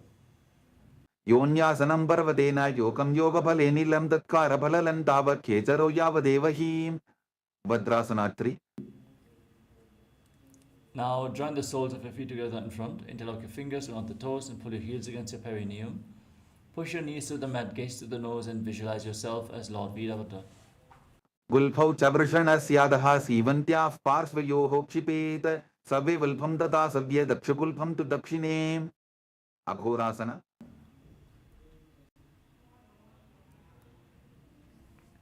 Now gaze up towards your third eye and press your tongue back and up in Kechari Mudra as you place your left hand on the respective knee and your right hand over top of your mouth. Closing the left nostril with your index finger, inhaling through the right. Then closing both nostrils, holding your breath. Then exhaling through the left. And again inhaling through the left, holding your breath, exhaling through the right. Alternate the breathing flow again and again as you visualize yourself as an Agori in Agorasana. पूर्व को हो विश्रिका जोगी वाही विधि जोकी जैसोगी. Kanheri पवासना. Now, Slightly extend your feet away from the body. Keep your toes together, heels apart as in Kalipavasana. Bring your elbows onto the heels and rest your chin on your hands. Gaze to the tip of the nose. Exhale and hold your breath as you contract the abdominal muscles and visualize yourself as a female elephant drinking water. ग्वाली पाव आसन कक्ष्यो है जैसे Yahoo में जाने विदित से परआसना. Now scoop your hands below the shins and interlock your fingers. Keep your feet raised. Gaze to the nose. Keep holding your breath after each exhalation in Rechaka Kumbhaka as you visualize Swamiji in your inner space. ततोर्ध्वं रेतयेत् वायुं मृतनिश्वास संयुतं Gopi चंडासना. Now free your arms. Interlock your fingers around the toes from above and pull your feet against your chest. Gaze to your nose and embody the state and space of a king in Gopi Chandasana. पूर्व विधिपता का अंगूठा कंटकू पराशे उदरासना. Now scoop your hands below the feet and pull your feet in towards your chest with both hands. Fingers interlocked around your toes. Gaze to the nose and visualize your body free from any defects in Uddarasana. दोवो पगदली संपुटाने उभय हस्तकरी Kurd हिताने विशिष्टासना. Now lift your feet up higher in front of your forehead as you visualize yourself excelling in everything. दो पगदली जोड़ी संपुट करें भुजासना. Now one by one lift your legs up over top of the respective shoulders. Bend your arms up and hold onto your neck. Visualize yourself as a cobra in Bhudrasana. शिरासनं त विज्ञेयं कक्षासनम् अतः परं ग्रीवासनं त परमं भुजासनम् इहोच्यते कल्याणासना. Now bring your hands down and behind your back. With the legs over top of the shoulders, interlock your fingers behind your back. And gaze to the nose as you visualize yourself as a beautiful, auspicious goddess. दो हाथ बकम मीचाने तिनको बोड़ा नीचे ठाने संकटासना. Now place the top of the left foot flat on the mat and stack the right knee over top of the left. Place your hands on opposite knees. Gaze forward in Vaishnavi Mudra, not focusing on any external happenings, just focus on your inner space. As you visualize yourself as an elegant swan, breathe in Ujjayi Pranayama.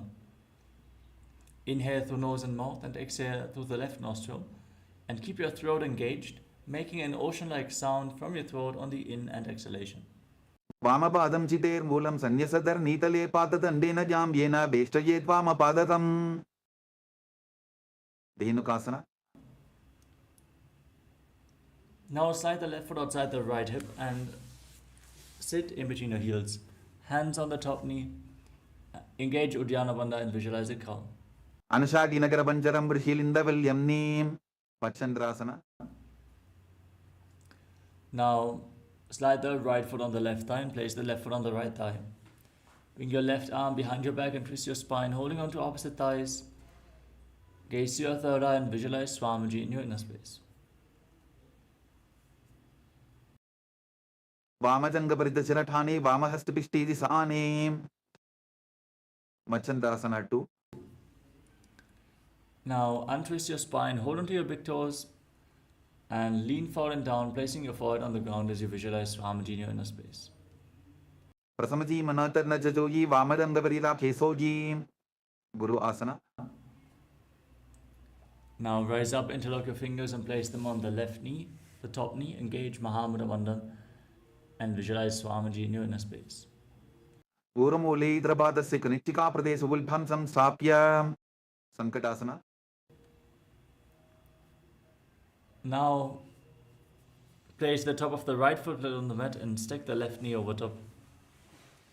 Place your hands on opposite knees, gaze forward and visualize yourself as an elegant swan. वामपादं चितेर्मूलं सन्न्यसदर् नीतले पातदण्डेन जाम्येन वेष्टयेत् वामपादतम् धेनुकासना. Now sit in between the heels with the hands on top of the knees. Engage Uddiyana Bandha as you visualize a cow. अनुषाटी नगर पंजरं वृषिलिन्दवल्यं नीं पच्चन्द्रासना. Now slide the left foot on the right thigh and place the right foot on the left knee. Bring your right arm behind your back, hold on to opposite thighs, twist your spine, gaze up, and visualize Swamiji in your inner space. वामजंग परितशिरठाने वामहस्तपिष्टेति Sane Machandasana 2. Now untwist your spine, hold onto your big toes, and lean forward and down, placing your forehead to the mat. Visualize Swamiji in your inner space. Prasamaji manatar najajoji vamadanda varila kesoji. Guru Asana. Rise up, interlock your fingers and place them on the right knee. Engage Mahamudra Bandha as you visualize Swamiji in your inner space. Urumule Drabadasik Nitika Pradesh Vulbhamsam Sapya Pashvasana.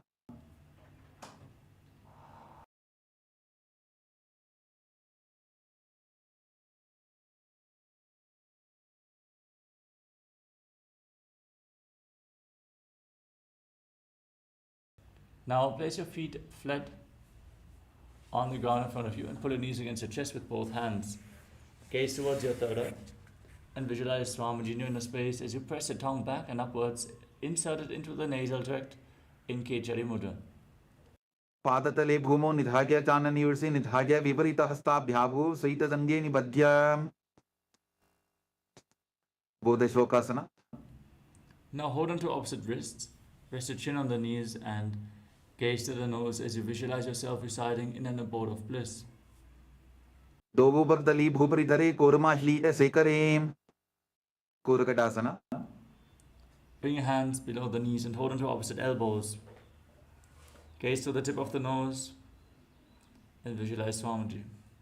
Do Hatha Bhag Bahare Liave Goda Niche Le Taharave Sumati Asana. Now cross the right ankle over the left with the toes pointing upwards.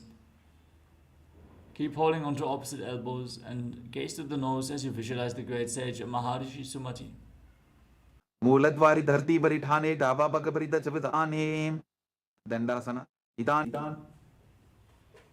Now extend your legs out in front, interlock your fingers and raise them up above your head with the wrists pointing outwards. Engage Mahamudra Bandha, all the bandhas, gaze to the nose and visualize Swamiji. Garbini Nam Yovabhyaso Yathalago Sukha Prasavala Bhagya Pruchate Prakta Nepathin Arambhasana. Now lean forward and down and hold onto your big toes in Prana Mudra. Bring your head towards your knees, inhale through one nostril and exhale through the other alternatingly in Nadi Shodhana as you visualize Swamiji in Arambhasana. Dobu Pakamiliva Pasari Pakaka Angutha Pakadi Lila Tukoda Lagave Vidokasana. Now separate your feet and slightly raise your knees, scoop your hands below the shins and hold on to the soles of the feet from the outside. Gaze up towards your third eye and visualize Swamiji as you breathe in Ujjayi Pranayama. Make an ocean-like sound from your throat. Prathama Besido Pau Pasari Kachap Urtako Kurdo Dare Dalandri Pavasana. Now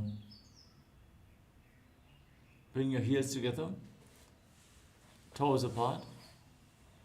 Scoop your hands below the shins with the palms facing up and rest your chin on your heels. As you gaze to your nose, visualize Swamiji in your inner space. Do Edi Mailike DJ Hatha Pasari Utu Vichimatanasana. Now lift one leg up behind your neck and lean forward and down, holding onto the front foot with both hands. Gaze to the nose and visualize Swamiji as you breathe in Pratyahara Pranayama. Visualize the prana moving from the soles of the feet to the regenerative organs, the navel, the heart, the throat, the uvula, the center of the eyebrows, the top of the forehead, all the way to the crown of your head. Paschimatan Avatsam Siddhim Gritva Ekam Padam Grivayam Dritva Tishtet Anantasana. Now lean back with the leg behind your neck. Extend the opposite leg forward and hold on to the foot behind your head. As you gaze to the nose, visualize yourself as infinite, endless, eternal in Anantasana. Uttana Shaini Ekai Kampayi Grivayam Vinyasya इतरहस्तेन पावाग्रं गृहीत्वा Ankushasana. Now roll onto the side of the hand, holding onto the foot behind your head, gaze to the nose and feel in complete control. उत्तानशयित एकैकं पादं ग्रीवायां कुर्वन् इतरहस्तं कर्णमूले स्थापयेत् दृशासना. Now lay on your back, pull your knees against your chest and roll your body from side to side as you visualize Swamiji in your inner space. उत्तानशयनं जानुनी हृदये वष्टम्भां गङ्गासहित ऊरूनि करद्वये वद्वां सव्यापसव्यं लोडयेत् दृशासनं भवति. Utupichimatanasana. Now lift the other leg up behind your neck, lean forward and down and hold onto the opposite foot as you visualize Swamiji in your inner space. पश्चिमतानवत् संस्थितिं कृत्वा एकं पादं ग्रीवायां धृत्वा तिष्ठेत् अनन्तासना. Now lean back with the leg still behind your neck, hold onto the foot with the opposite hand, extend the opposite leg forward and up, forward as you gaze to the nose and visualize your infinite, endless, eternal. उत्तानशयनी एकैकं पायी ग्रीवायां विन्यस्य इतरहस्तेन पावाग्रं गृहीत्वा Ankushasana. Now roll onto the side of the hand, holding onto the foot behind your head. Gaze to the tip of the nose and feel in complete control. उत्तानशयित एकैकं पादं ग्रीवायां कुर्वन् इतरहस्तं कर्णमूले स्थापयेत् योगनिद्रासना. Now lay on your back and one by one lift your legs up behind your neck and circle your lower back with your hands and gaze to the nose as you visualize Swamiji in your inner space. पादाभ्यां वेष्टयेत् कण्ठं हस्ताभ्यां पृष्ठबन्धनं तन्मध्ये शयनं कुर्यात् योगनिद्रा सुखप्रदा. आत्मारामासना. Now bring your hands up, wrap them around your legs and try to interlock your fingers around your neck as you gaze to the nose and visualize Lord Vishnu's blessing you from within. Atmaram आसनपदं सुढोसो वें कोचिकासना. Now lay on your back and extend your arms out to the side. Pull your knees up against your chest with the soles of the feet facing up to the sky as you visualize Swamiji in Kotrikasana. दो हाथ छीता सा करें तिनसो ube Sapa करें जठर परिवृत्ति. Now drop the left knee to the side and extend the right leg straight. Bend both knees to the left. Extend both the legs to the left side, hold onto the toes and rotate your head away from the feet. Then once more, pull your knees up to the chest, drop the right leg to the side. Bend both knees to the right. Hold on to the toes as you rotate your head away from the feet and visualize Swamiji in your inner space. परिवृत्ति कुक्षि भागे त्रिदाहि परिकीर्तितः बद्धपूर्णं सुप्तपूर्णं ऊर्ध्वपूर्णमथापि च द्वन्द्वपीठासना. Now place your feet flat on the mat with the knees raised. Hold onto your ankles and raise your hips off the ground. Lock your throat and hold your breath for a long time as you visualize yourself as sturdy as a bridge. प्रतिक्रियायुतं द्वन्द्वपीठ सर्वबलप्रदं गर्भिणीनां दुर्बलानां इति कार्की च गादनून् पर्यङ्कासना. Bring your arms up and over top of the shoulders with the fingers pointing towards your feet. Push your hips up and off the ground. Walk your hands and feet closer together to intensify this asana as you breathe calmly through your nose in Sahadra Kumbhaka. And visualize yourself as sturdy as stone furniture in Paringasana. उत्तानशयनमस्ततलाभ्यां भूमिम् अष्टभ्यां पादतलाभ्यां भूमिं धृत्वा शोत्तानासना. Lay on your back and pull your knees up towards your chest. Place your hands on the respective shoulders and move your hips in a circular motion As you visualize yourself as a dog, playfully rolling around on your back in Shvotanasana. शववत् शरीरं संस्थाप्य जानुनी सम्मील्य नाभुवानी च हस्ताभ्यां तन्दरां बद्ध्वा भ्रामयेत् श्वोत्तनं भवति.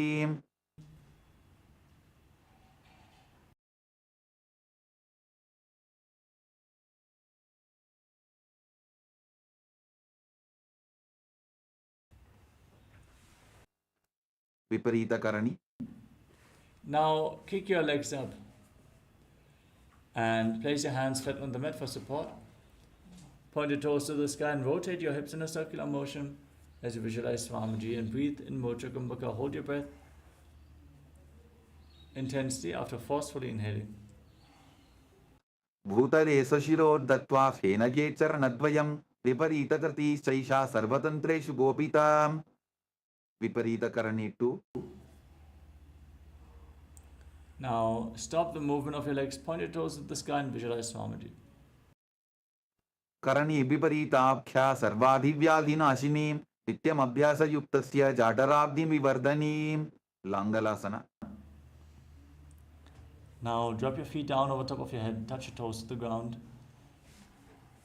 and interlock your fingers behind your back, pushing the hands into the ground in Parasha Mudra as you visualize yourself as a plow.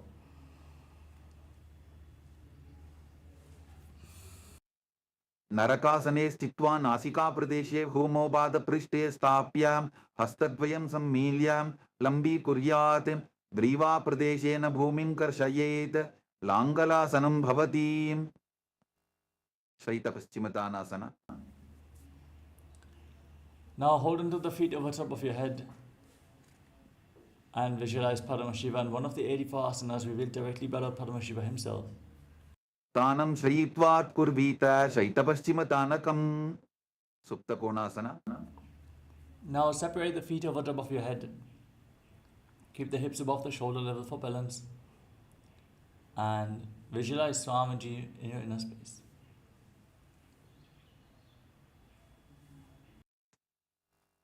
परिवृत्ति कुक्षि भागे त्रिदाहि परिकीर्तितः बद्धकोणं सुप्तकोणं ऊर्ध्वकोणमथापि च.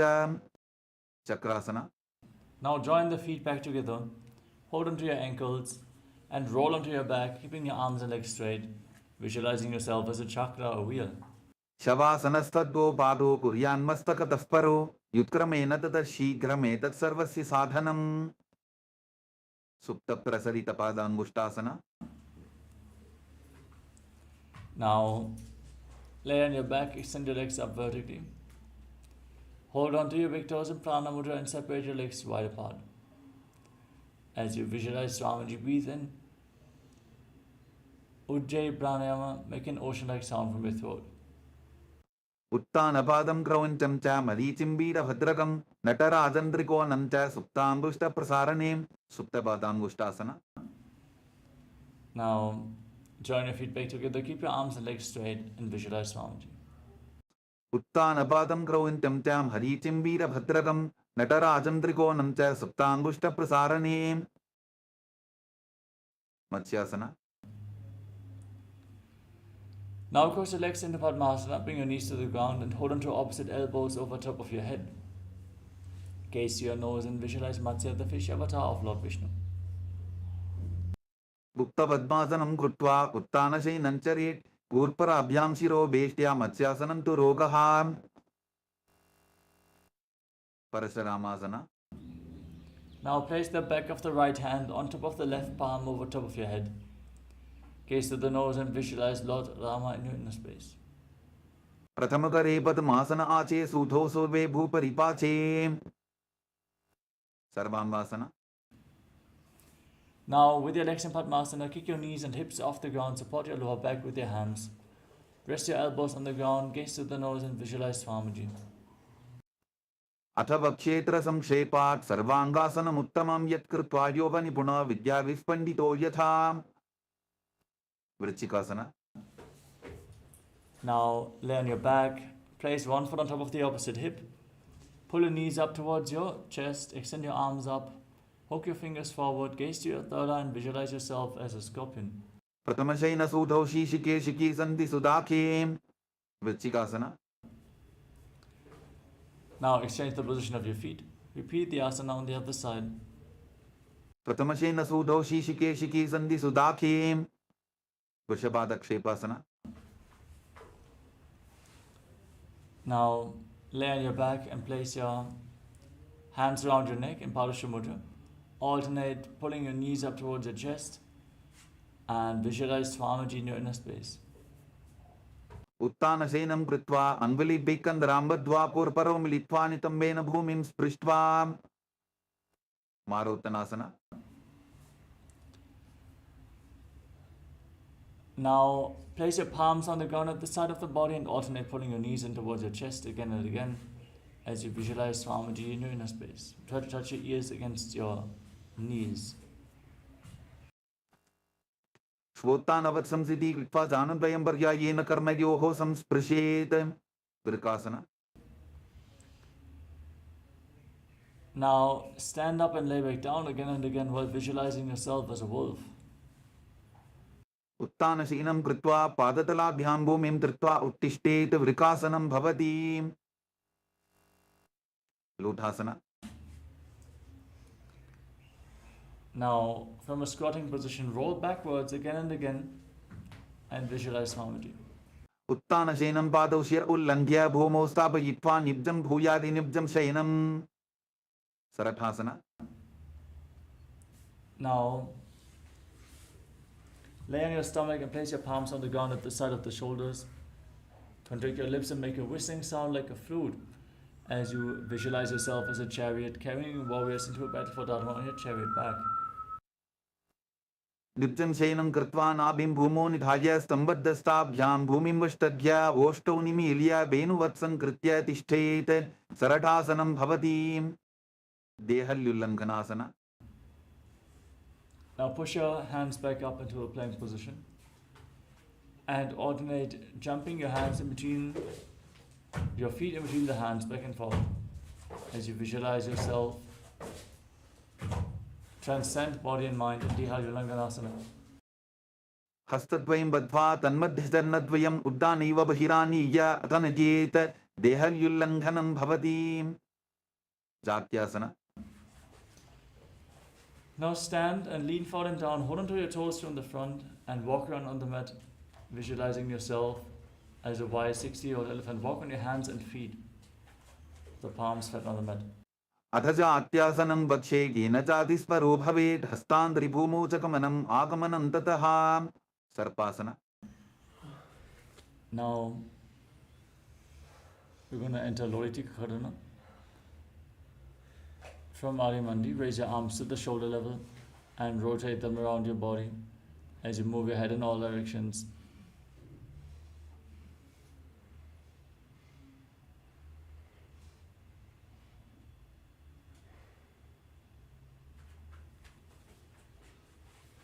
Now tie your feet with a rope if you have one available.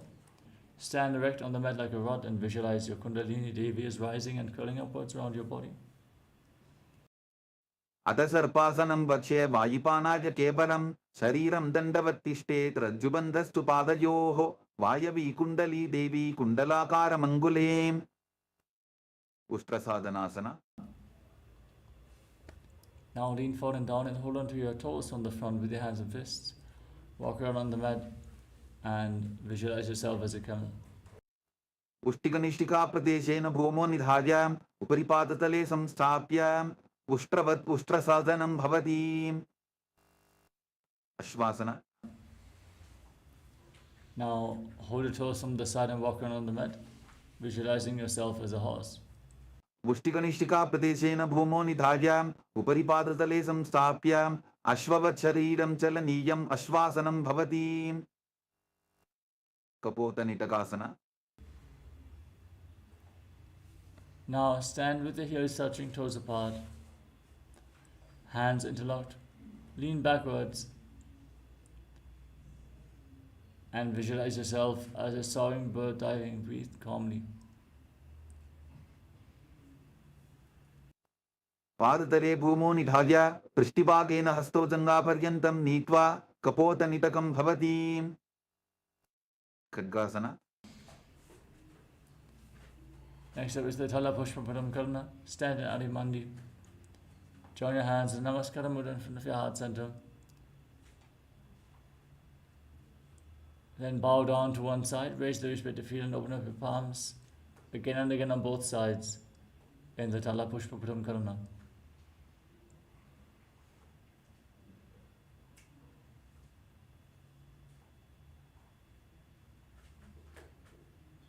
Om Nithyananda Paramashivoham Nithyananda Paramashivoham Om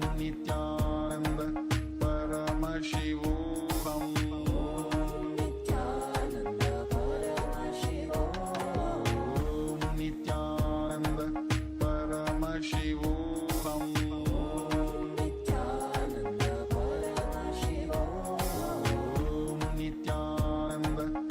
Nithyananda Paramashivoham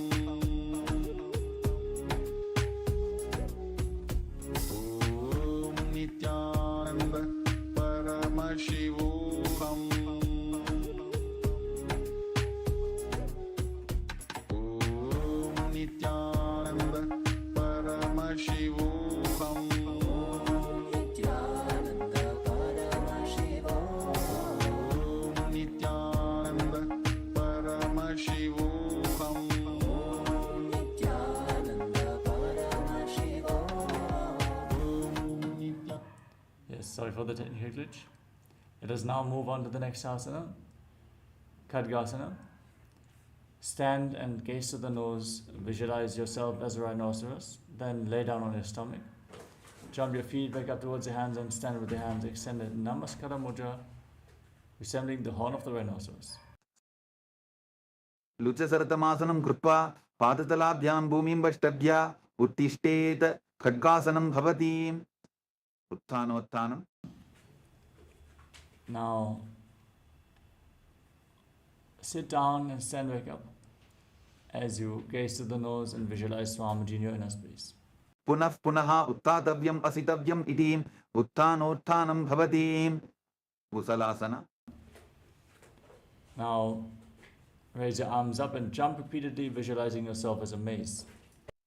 सरलं स्थित्वा ऊर्ध्वं बाहु नयेत् वारं वारम् उड्डानं कृत्वा नयेत् कुशलासनं भवति शीर्षकासना Now, hold on to one foot and pull it up towards your chest. Sit down and stand back up on the other leg and alternate on both sides as you gaze to your nose and visualize Swamiji in your inner space. एकैकं पादतलं कुक्षु निधाय तिष्ठेत् उत्शीर्षकं भवति ताण्डवासना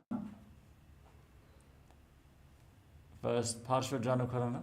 Stand with the toes of the right foot pointing outwards, the right knee slightly bent, and lift the left knee up towards your chest. Encircle the raised knee with the respective hand in a fist, and place the other hand on the inner thigh.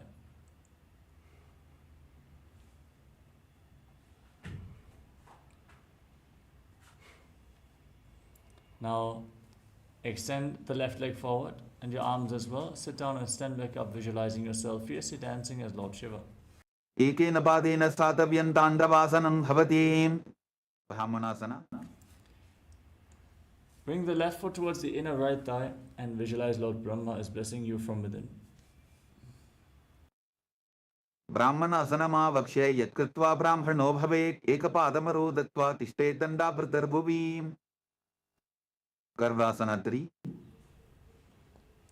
Bring the left leg over and around the right knee and tuck the toes behind the calf. Bring the left arm below the right and join your hands in Namaskara Mudra as you visualize yourself as Lord Garuda.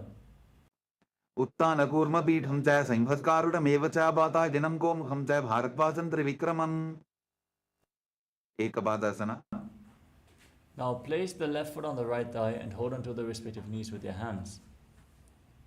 Visualize Swamiji in your inner space in Ekapadasana. दक्षाङ्घ्रिं वामपादस्य जङ्घोपरि निधाय च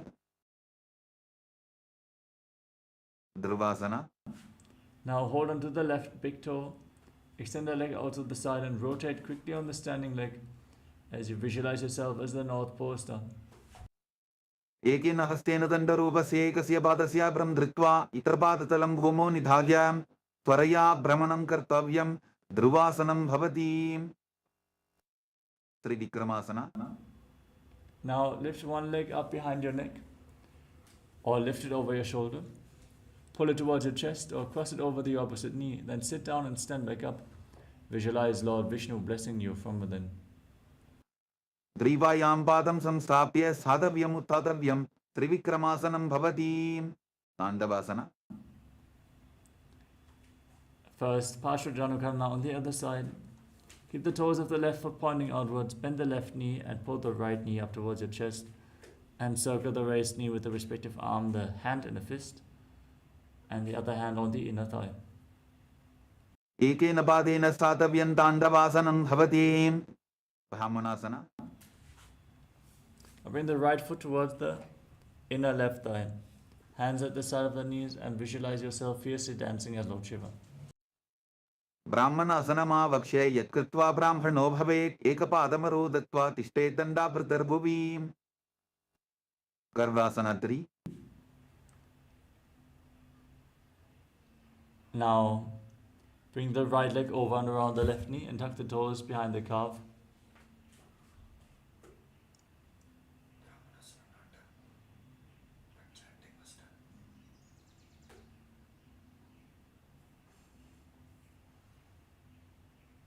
Bring the right leg towards the inner right thigh and keep your hands at the side of the knees. Visualize Lord Brahma is blessing you from within.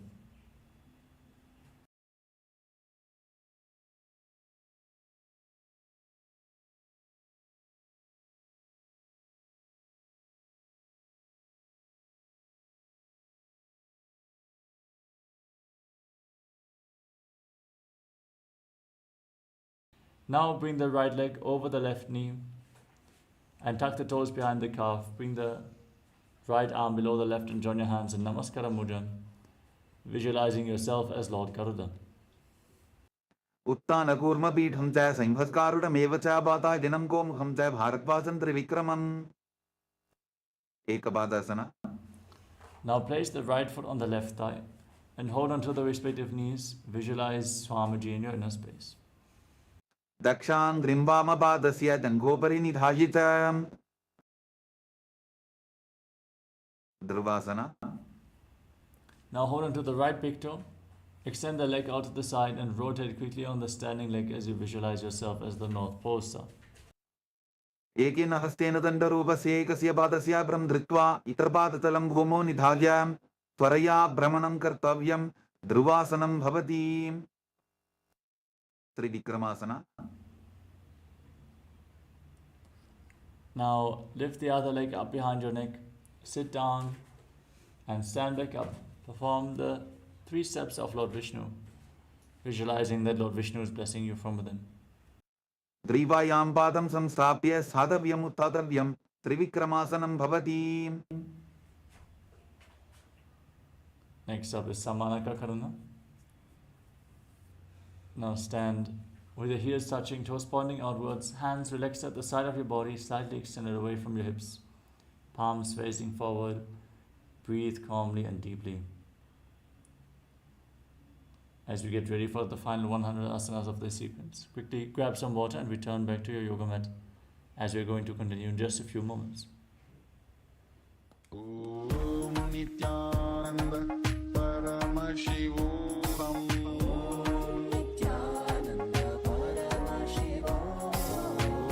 Nithyananda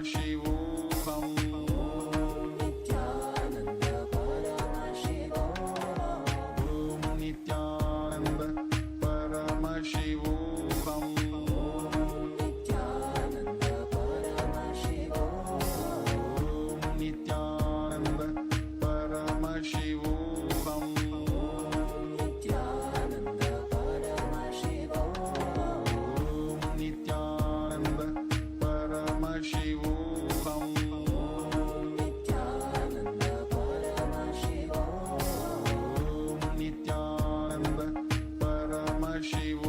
Paramashivoham Nithyananda Paramashivoham Om Nithyananda Paramashivoham Nithyananda Paramashivoham Nithyananda Paramashivoham Nithyananda Paramashivoham Nithyananda Paramashivoham Nithyananda Paramashivoham Nithyananda Paramashivoham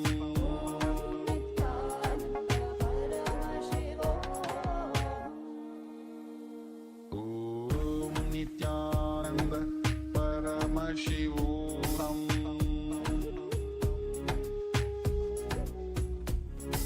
Om Nithyananda Paramashivoham Om Nithyananda Paramashivoham Nithyananda Paramashivoham Nithyananda Paramashivoham Nithyananda Paramashivoham Nithyananda Paramashivoham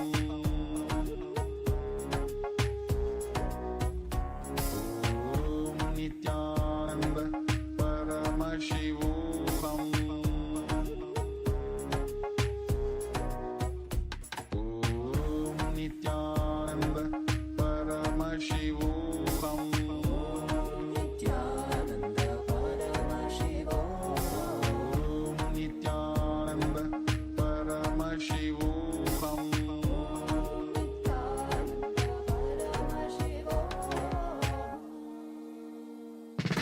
Om Nithyananda Paramashivoham Nithyananda Paramashivoham Nithyananda Paramashivoham.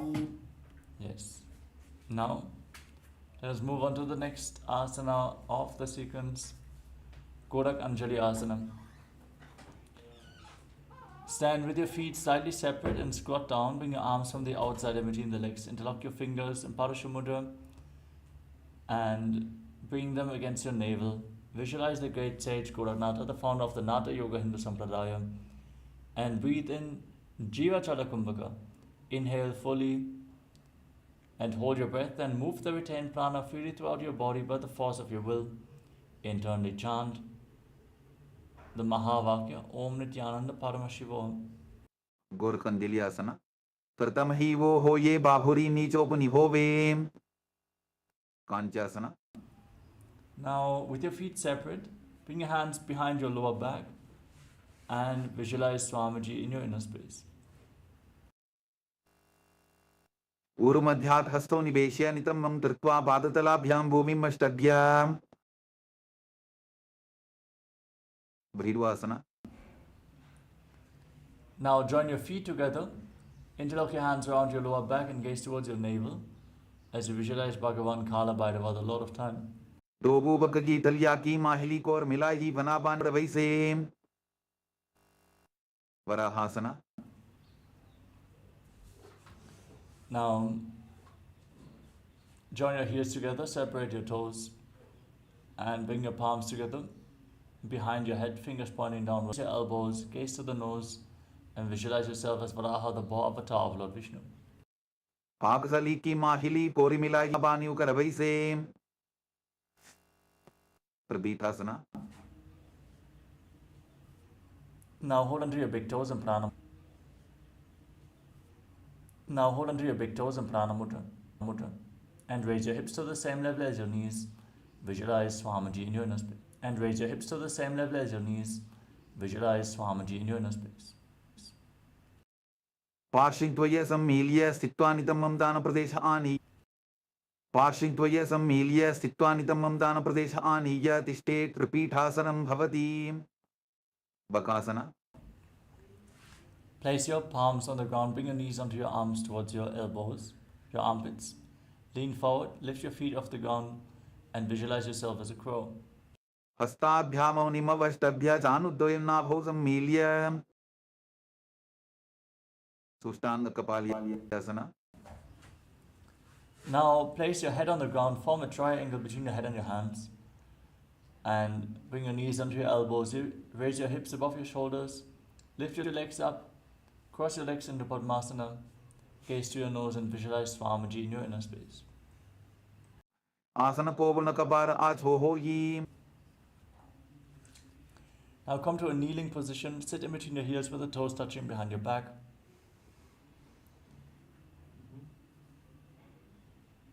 Place your hands on the knees and gaze to the nose as you visualize you're sitting in the secret seat with Paramashiva and Guru.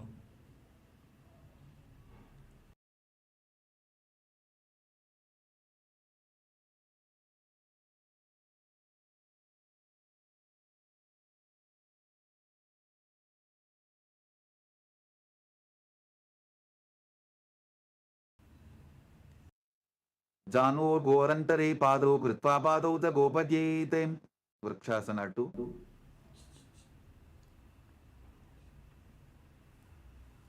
Now place your hands on the ground and kick your legs up into a handstand. Lean against the wall for support if needed as you visualize yourself as a tree with deep roots growing into the ground in Vrikshasana 2. सप्तचक्रक्षालनाय vrikshasana विशेषकाञ्चन इन्द्रियदाढ्य पुनभेदान् समभ्यसेते शिवुआसना. दोगो भवचोडी माही कुल्फ मिलाये. Now lower yourself down, place your hands on the ground and push yourself back up again and again as you visualize yourself as a fish in Matsyasana 2. मत्यासना 2. नित्यं शयनं कुर्वरोपाशभावाय मूर्धवृत्त्या हस्ततलाभ्यां भूमिं वष्टभ्या वारं वारम् उद्दानं कुर्यात् मत्यासनं भवति. सर्पासना 2. Lay on your stomach and place your hands on the hips. Lift your head and chest from side to side as you visualize yourself as a snake. दिग्धं शयनं कृत्वा हस्तोनितमं संस्थाप्य पादोदीकीकृत्य सम्मीलयन् पुरससन्तव्यं सर्पासनं भवति. निदालम्बनासना. Now place your elbows on the ground in front of you and bring your hands into Padma Mudra. Rest your chin on your hands, gaze forward as you feel self-supported and completely independent.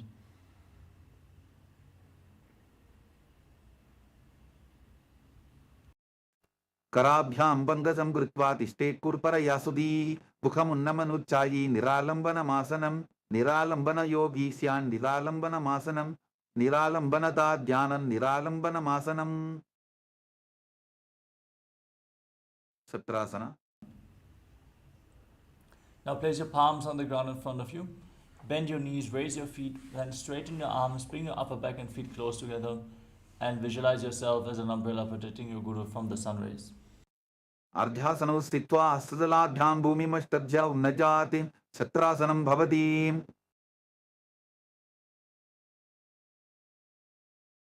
विद्रासना. Now place the top of the feet flat on the mat and sit on the heels. Extend your arms out in front. Place your palms and your forehead on the ground as you lean forward and down. Gaze to your nose and visualize yourself as Vajra, the weapon of Indra, symbolizing indestructibility.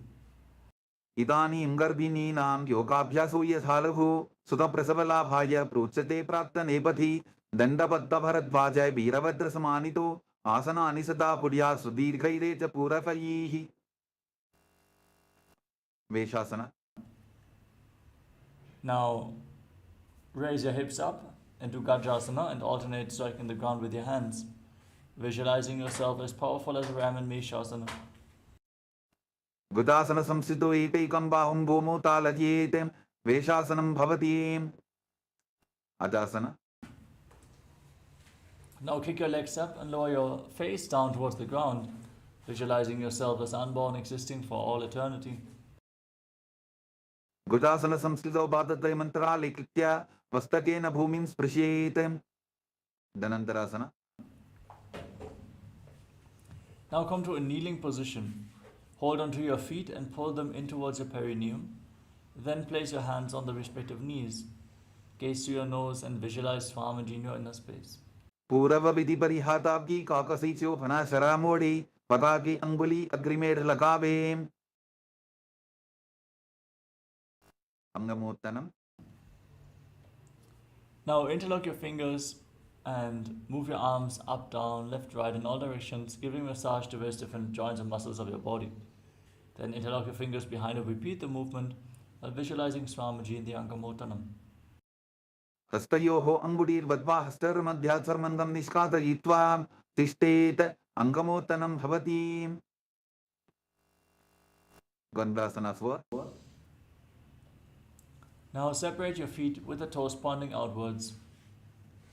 Sit in between the heels and place your hands on the knees as you visualize yourself as Lord Garuda flying Lord Vishnu and Lakshmi on his back.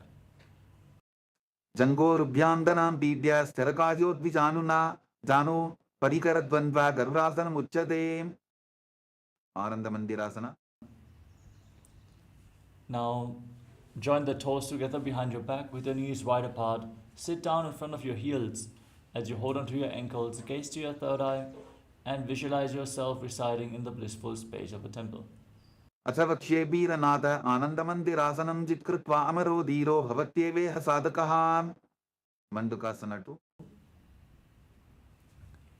Now cross your feet and sit on the raised heels. Place your hands underneath your knees with the palms facing up. Push your tongue up against the palate of your mouth and pull your stomach in up in Uddiyana Bandha while visualizing yourself as a frog. Keep breathing in Ujjayi Pranayama. Prishtam sambitable dhabhyam danvandye savala yabradhi asto balatale chikto mandukam patra dosharit. Narasimhasana. Now tuck your toes, sit on raised heels with your knees slightly separate. Place your palms on the ground with the thumbs touching and the base of your hand touching your toes. Gaze towards your nose, stick your tongue out and exhale first fully through your mouth again and again, visualizing Lord Narasimha, the lion-man avatar of Mahavishnu in Narasimhasana.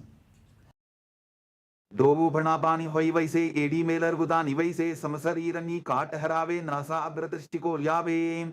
Visharakasana. Now keep your toes tucked. Keep your knees on the ground. Place your hands cupped over top of your mouth.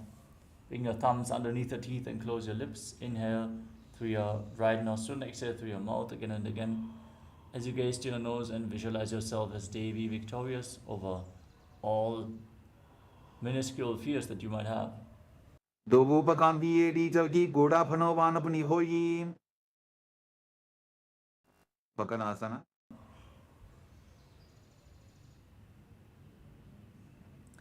Now, place the top of the feet flat on the mat, soles of the feet together, toes pointing back. Sit on your heels and bring your hands towards your armpits and imitate as if you are a monkey scratching yourself. Gaze to your third eye and visualize yourself as a playful monkey in Makadasa. Dobu bagdari samut ane diniki vishti bhumi paridhane molatvar edyam pariyave moda hath uchata harave. Vajrasangarasana. Now stand on the toes with the soles of the feet together, knees wide apart. Sit on the heels, hold onto opposite elbows behind your back. Gaze to the nose and embody diamond-like strength for you and your Sangha, your spiritual community.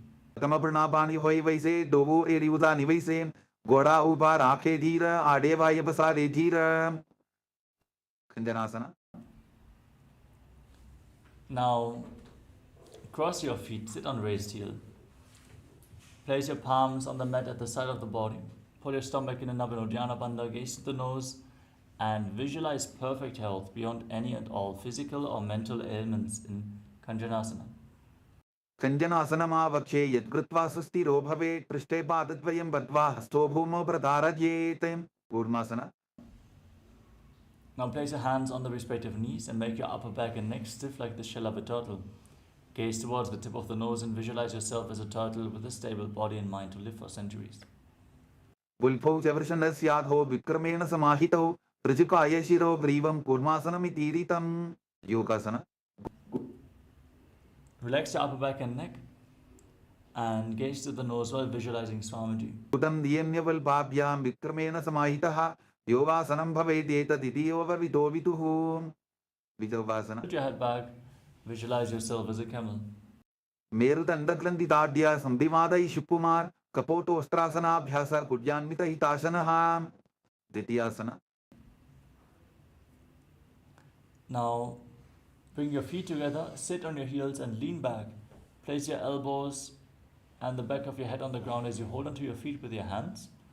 Gaze to your nose and visualize yourself as a lotus blooming.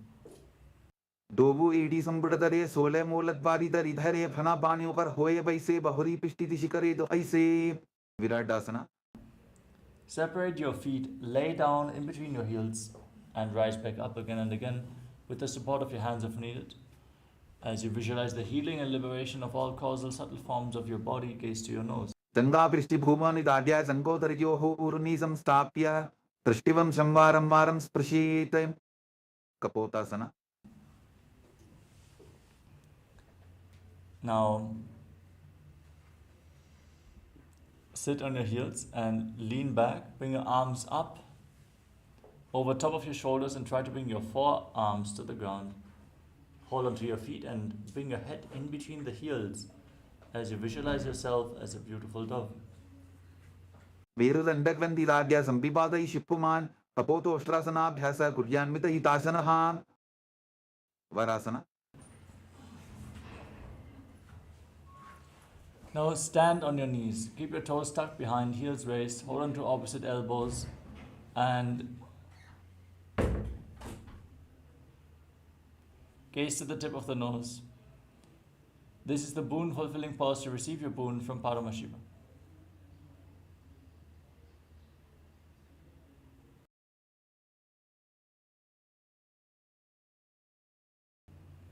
Januni bhumo samstapya hastabhyam bahu parasparam dhritva sarvam tishtet varasanam bhavati. Varahasana 2. Now sit on raised heels. Keep your toes tucked. Lean forward and down. Place your forearms to the mat. Place your head on the ground and support it with your hands as you visualize yourself as Varaha, the paw avatar of Lord Vishnu. Suryan chandram vedanani asanani nikachente purparo bhomo stapayitva janubhyam avnimam ishtabhya hasto mastake samstapya pashin nitambe samstapya tishtet varahasanam bhavati. Indasana. With your forearms on the ground, elbows shoulder width apart, interlock your fingers, place your head on the ground and support it with your hands. Raise your hips and kick your legs up into a headstand. Gaze to the nose, breathe calmly in Sahajra Kumbhaka and visualize yourself as a lob tree. Adho mandasanam bakshe sarvesham prani namsavam bodham argyevade dattva dharayin marutam siddhihi. Andhasana. Lower your legs down, come to a kneeling position. With your knees separate, bring your head in between the knees.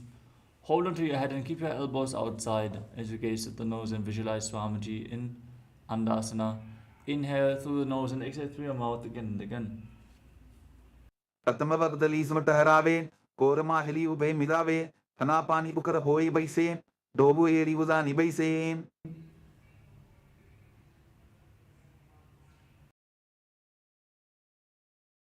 Om Nithyananda Paramashivoham Om Nithyananda Paramashivoham Om Nithyananda Paramashivoham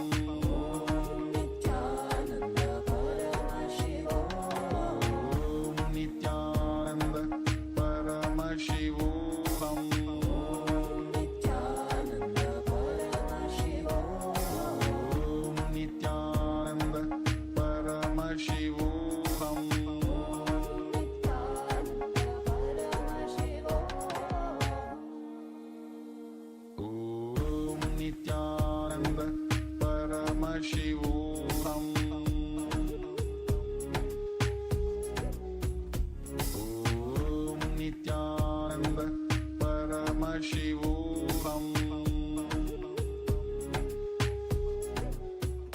Om Nithyananda Paramashivoham Nithyananda Paramashivoham Nithyananda Paramashivoham Nithyananda Paramashivoham.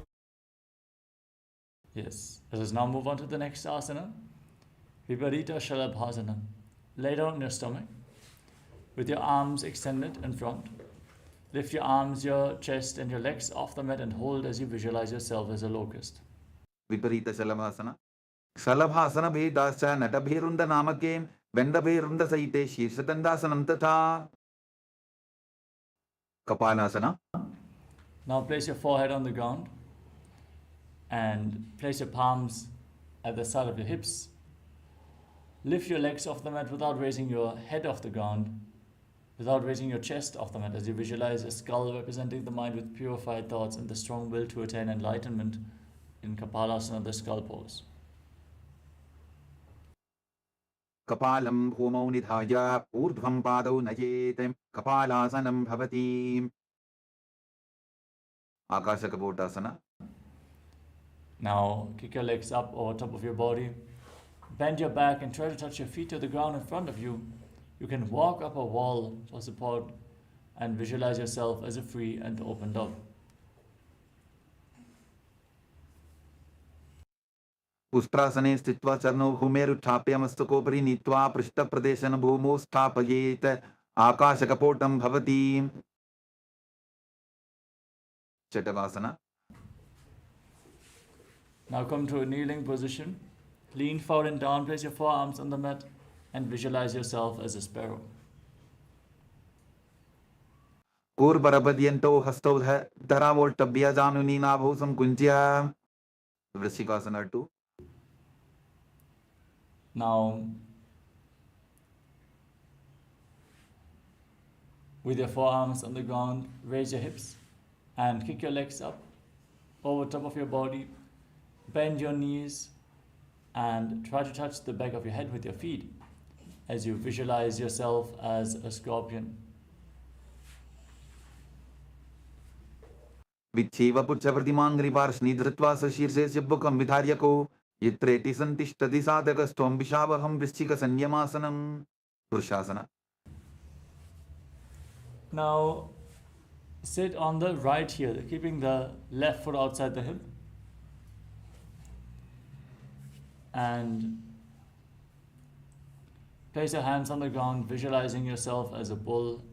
Forcefully inhale through your nose, hold your breath for a short while, and then slowly exhale through the nose as you gaze forward in Vaishnavi Mudra. Yami will Pepa the Vule Vamabhapi Padetaram Piparitam Sprishet Bhumim Vrishasaramidam Bhavetem. Lolasana. Now, with your hands on the ground, lift your entire body off the mat, cross the toes of the left foot over the right, and balance on your arms as you visualize Swamiji. Lolasanam Tata Puryat Vayulola Pakhatanat Sthiravayu Prasadena Sthiracheta Bhavetritam. Vrishasana. Now sit on the left heel and keep the right foot outside the hip, toes pointing to the side, hands on the ground, and visualize yourself as a bull. Yami will Pepa the Vule Vamabhageva Detaram Piparitam Sprishet Bhumim Vrishasaramidam Bhavetem.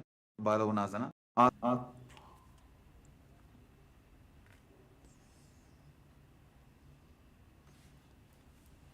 Now place the right foot flat on the mat and tuck the toes of the left foot.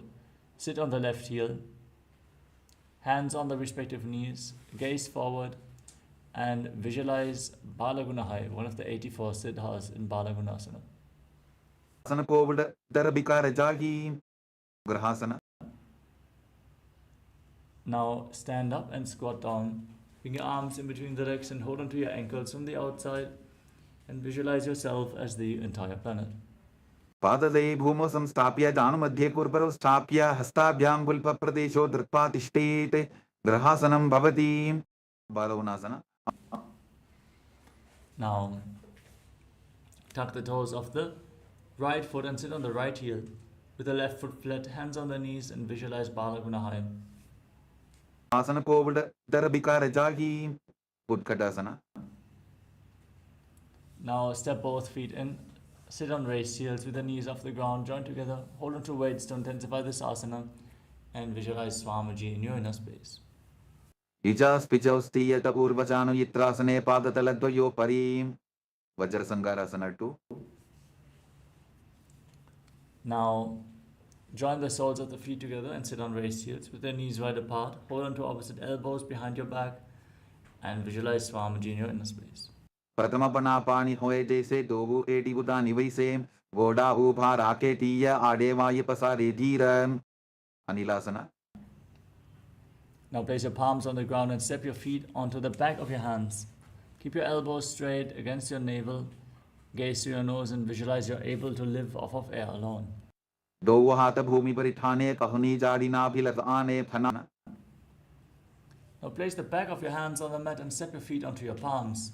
Wrap your hands around the feet like shoes and walk around on the mat, visualizing yourself wearing padukas, walking across India.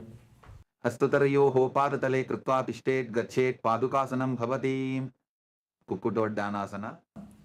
With your hands on the ground, kick your legs up and let them fall back down again and again while visualizing yourself as a rooster.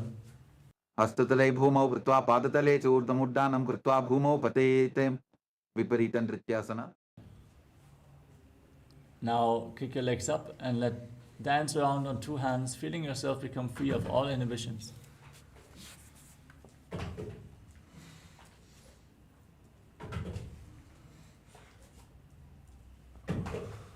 Hastudalabhyam bhumim vashtabhya urdhvapadagre kurvan Hastudalabhyam nartanam kartavyam Viparitan Rityam bhavati Kunjarasana.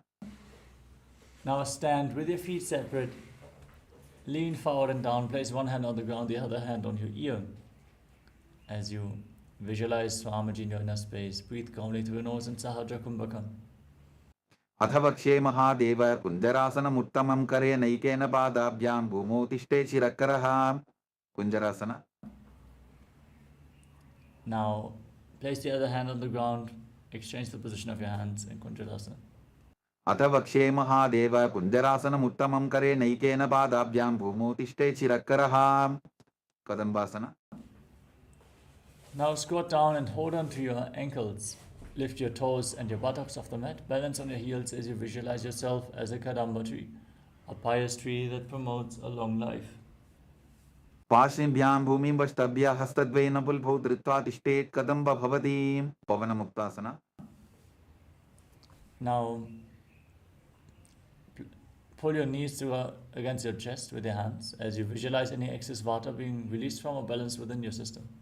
Dvayo Stupada of Panim Latvasasani Tambage Janan Ivakshasi Sadar Babhrati Karavandani Sakorasana.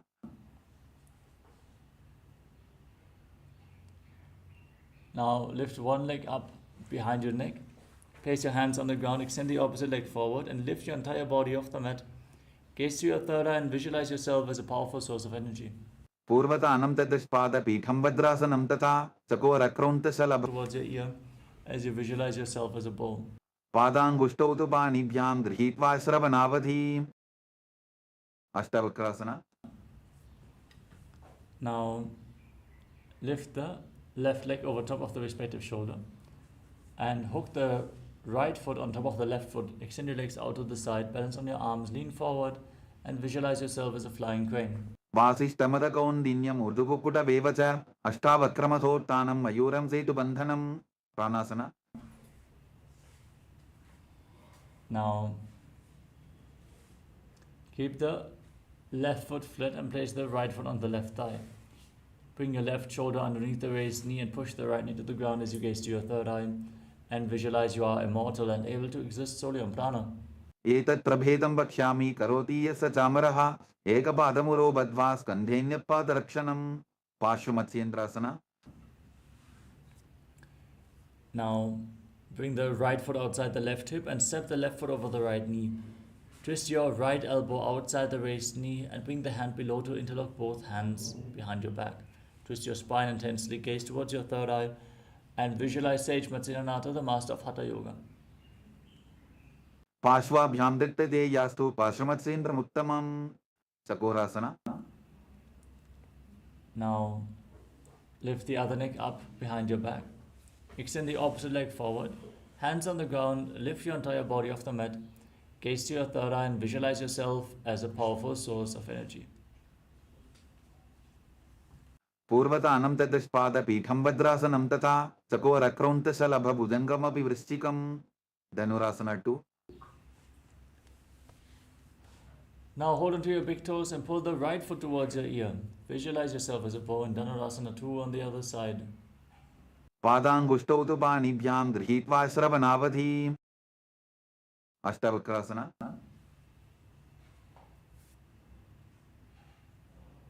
Now lift the right leg over your shoulder. Hook the left foot on the right. Extend your legs out to the side. Lean forward. Extend your legs out to the side and balance on your arms as you visualize yourself as a flying crane. Vasishtamadakaundinyam urdupukuta vevacha ashtavakramathotanam mayuram setu bandhanam. Pranasana. Now place the right foot flat on the mat and bring the left foot on the right thigh. Bring your right shoulder underneath the raised knee and push the left into the ground. As you gaze to your third eye, visualize you are immortal and able to exist solely from prana. Etat prabhedam bakshami karoti yasa chamaraha ekapadamuro badvas kandhenyapadakshanam. Pashvamatsendrasana.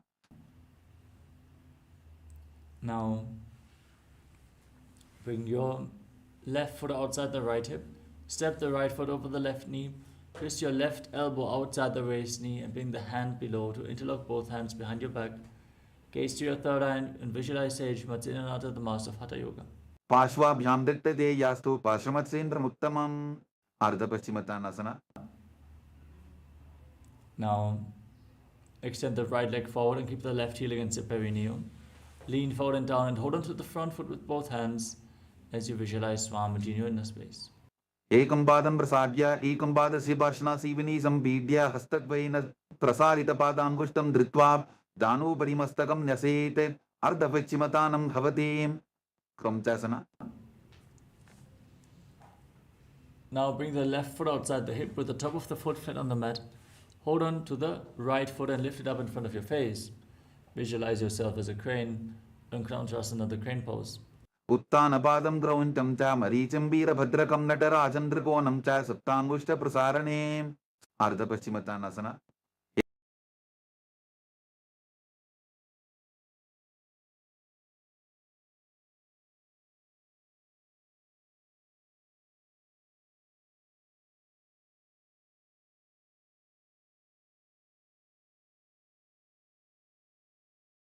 Ekam padam prasadya ekam padasya bhashna sivini sambidya hastatvaina prasarita padangushtam dhritva danu parimastakam nyasete ardhapachimatanam bhavati. Kramchasana. Now bring the right foot outside the hip. Lift the left leg up in front of your face. Try to touch your forehead against your knee with the knee straight as you visualize yourself as a crane. Uttanapadam grauntam cha maricham virabhadrakam natarajandrikonam cha saptangushta prasarane. Swastikasana. Now come to a cross-legged position. Bring your feet in between thighs and calves, hands flat on the knees, gaze to the nose, and embody peace, well-being, good fortune, and prosperity. Visualize a swastika and swastikasana. Janur vorantare samyak vipvapadata guhe ejukaya samasina sastikam tat prasakshate. Gorakshasana. Now cover your heels with the hands. Maintain the same posture. Lock your throat and hold your breath. As you gaze to the nose and visualize the great sage Gurunatha, the founder of the Natha Yoga Hindu Sampradaya. Janur vorantare pado uttano vyatpa samstito gulfau chachadya hastabhyam uttanabhyam prayettatah. Bhavasana 2. Now bring your left heel against your perineum and the right foot on the left thigh. Gaze towards your third eye and visualize Swamiji. As you lock all your senses in Shanmukhi Mudra, hold your breath intensely and meditate on Arihanta in Bhagasana 2. Vama parshro budam samstapya dakshanam grivama cha ganem. Yogasana 2. Now place your feet on top of opposite knees. Bring your hands on the ground at the side of your body with the palms facing up. Gaze to the nose and visualize Swamiji in your inner space. Uttanau charanu kutva samstapyopari janunoho asanopari samstapya chottanam karajupmakam. Urdhva Kukkutasana.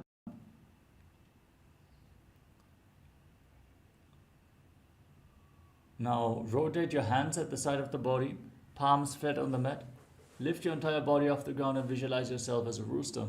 Vasishtamata kondinyam urdhukukkuta vevacham ashtavakramathotthanam majuram setu bantanam. Siddha Haratalyasana. Now place your hands on the ground in between the legs. Without lifting your body up, stay seated on the ground, gaze to the nose and visualize Swamiji in your inner space. Pratama Padmasana Kokare, Astudovo Vodasan Didare, Ube Hatele Bhuderi Raki, Pocha Vodasan Dime Dake. Hamsasana. Now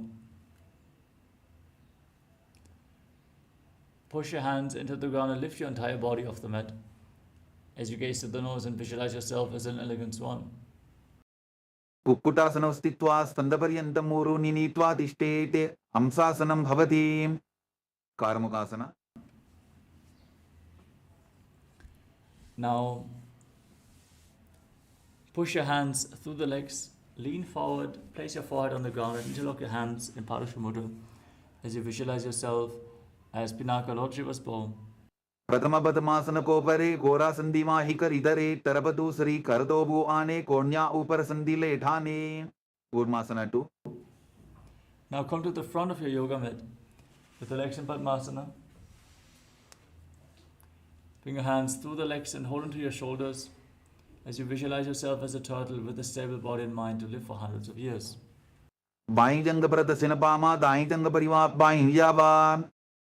Granthi Bhedasana. Now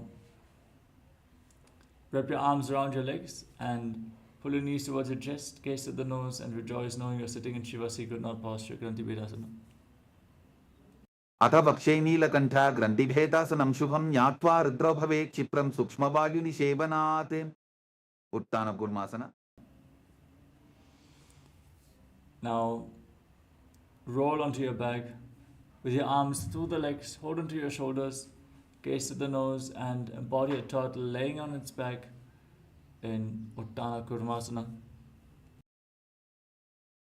Kukkutasana Vantrastam, Karabhyantrata Gandharam, Vetham Kurmavatuttana Metaduttana Purmakam. Pangu Kukkutasana. Now kick yourself back up into Padmasana. Bring your hands through the legs, place one palm on the ground and hold its wrist with the opposite hand. Lift your entire body off the ground as you visualize yourself as a rooster. Kukkutasre stitva ekena hastena anyasya bandham dhritva. Pangu Kukkutasana. Now exchange the position of your hands. Place the other palm on the mat, hold its wrist, lift your body up and balance on one arm, visualizing yourself as a rooster. Kukkutasre stitva ekena hastena anyasya bandham dhritva. Vridrasana. Now sit in Padmasana and place your elbows on your toes. Interlock your fingers and rest your chin on your hands. Press your thumbs against your throat and visualize you have gone beyond all greed and covetous. Janor Vorantare Paru Uttano Vyakta Samstito Vilpo Chachadya Hastabhya Uttana Bhyam Prayattataha. Padmasana 3. Now place your hands on top of each other with the palms facing up. Engage Mahamudra Bandha. Gaze to the tip of the nose and visualize Swamiji in Padmasana 3. Uttano Tarno Vidhaya Vidyuva Chakti Stito Yo Bhiratim. Padmasana 4. Now place your hands flat on your knees and gaze to your nose. Visualize Paramashiva in your inner space with 25 heads, 50 hands, 75 eyes. Sit as Paramashiva as you internally chant Om Nithyananda Paramashivoham in Padmasana form. एतत् पद्मासनं कुर्यात् प्राणवायुप्रसिद्धये शुभासनं सदा ध्यायेत् पूरयित्वा पुनः पुनः. Karmukasana 2. Now, keep your left hand on the left knee and hold on to the left big toe with the right hand in Prana Mudra. Pull your elbow back as if you're pulling a bowstring. Move the big toe round and round. Then repeat the movement on the other side as you visualize yourself as Pinaka, Lord Shiva's bow. Adhanyasanamakshye yogapuraka rakshanat krutva padmasanam pada angushtadanga Karmukasana 3. Cross your arms behind your back and hold on to opposite big toes. Gaze to the tip of the nose, engage Mahamudra Bandha and visualize Lord Shiva's bow. Karmukasanamakshitya udare purayet sukham tadavagyurvaso yati kadena sukshma vayuna. Dridasana. Now lift your head and gaze up towards your third eye. Visualize yourself as the action of Paramashiva's third eye destroying anything you come across. पूर्वभ्यामुपरि स्थाप्य पादयुग्मं प्रयत्ततः दक्षिणं सव्यदेशे च सव्यं दक्षिणदेशके. Magrasana. Now roll onto your back, keeping your arms crossed behind. Gaze to the nose and visualize yourself as a snake. प्रथम पद्मासन कोठाने दोहु हाथ पाछाने आने पाद अंगूठा पुकरे आनी सोबई कहुन्या पुल्या पानी. Kandukasana. Now free your arms and legs. Pull your knees up against your chest and circle your legs with your arms. Bring your chin to the knees and squeeze your body into a ball. As you breathe calmly through your nose in Sahadra Kumbhaka in Kandukasana. वेत्रासने स्थित्वा हस्तपादान् निष्कुष्य ऊर्ध्वं दध्येत पृष्ठवंशेन भूमिं पोतयेत कन्दुकासनं भवति. ऊर्ध्वपवनासनं. Now place your feet flat on the mat. Interlock your hands around your neck. And gaze to the nose as you visualize Swamiji and breathe calmly through your nose. प्रथमे सूदो सैनकरावे करे एकसमेल रसोजी. Margadapītāsana. Now bring your hands underneath your heels with the palms facing up. Push your hips off the ground, lock your throat, contract the perineal floor, and hold your breath intensely in Mocha Kumbhaka as you visualize yourself as a powerful alpha ebb. उत्तानशयनं पादतले उत्तानहस्तयोः स्थापयेत्. उत्तानशिखिपीठकासना. Now bring your hands towards your lower back, elbows resting on the ground, extend your legs and lock your throat, gaze to the nose, visualize Swamiji in Uttanashikhipītakasana. जङ्घोरुबलहीनश्चेत् उत्तानशिखिपीठकम् अप्रमत्तः प्रकुर्वीत भुक्तेः प्राग्विजितेन्द्रियः. नरकासना. Now kick your legs up over top of your body and bring your hands to the lower back for support. Then place your hands on the mat and visualize yourself blissfully traversing through Narakaloka unscathed as you hold your breath in Mocha Kumbhaka. ग्रीवापण्ठेन भूमिं विष्टम्भा पादाप्रद्वयमूर्धमुत्त्रयेत्. नरपासनं भवति. तिर्यन्नौकासना. Now bring your hands back towards your lower back and lower your legs down. Angle your legs to engage your core intensely as you visualize yourself as a boat crossing the ocean of samsara. नौकावत् स्थित्वा ऊर्ध्वं पादावरद्वयं नयेत्. तिर्यन्नौकासनं भवति. दजासना. Now bring your hands back to the ground. Make your body straight, stable, sturdy like a flagpole. Point your toes to the sky as you visualize yourself as the Kailasa flag respected across all nations in Dvajasana, the flag pose. तिर्यन्नौकावते विवापृष्ठपूर्वरीः भूमिं वष्टभ्यां मस्तकलाक्षेन पादाग्रद्वयमूर्ध्वनयेत्. ध्वजासनं भवति. वृत्तासना. Now lay down on your back. Keep your hands at the side of the body with the palms facing up. Forcefully pull the awakened Kundalini Shakti up along your spine from the Muladhara all the way to the Sahasrara chakra. Completely unclutch from your physical body as you visualize your body is dead and Swamiji is liberating you. Internally chant the Mahavakyam. Om Nithyananda Paramashivoham. In Mritasana. उत्तानं शवावद्भूमौ शयनं तु शवासनं शवासनं श्रमहरं चित्तविश्रान्तिकारणम्.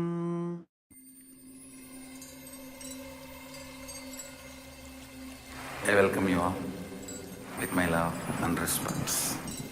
Let you all open all your three eyes. Om Nithyananda Paramashivoham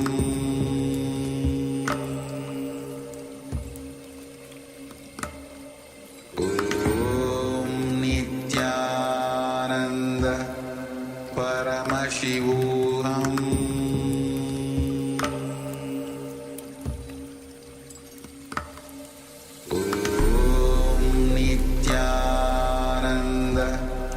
Paramashivoham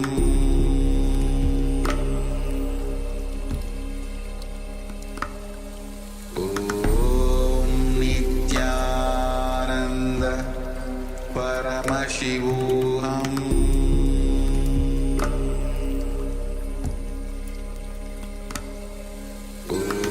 Om Nithyananda Paramashivoham Paramashivoham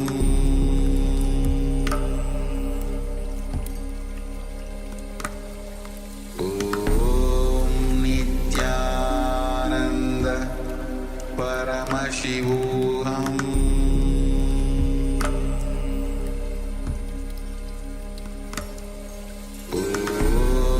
Nithyananda Paramashivoham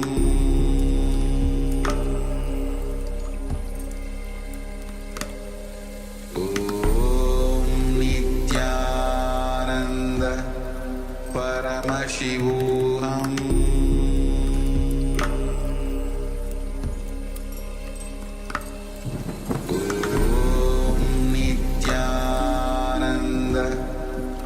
Paramashivoham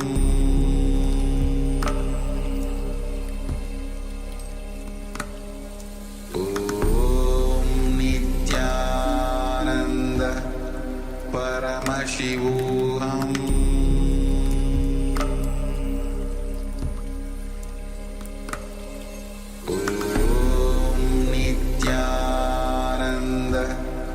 Paramashivoham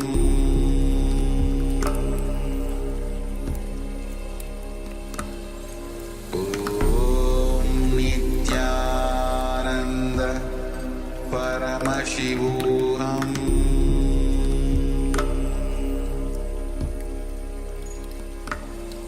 Om Nithyananda Paramashivoham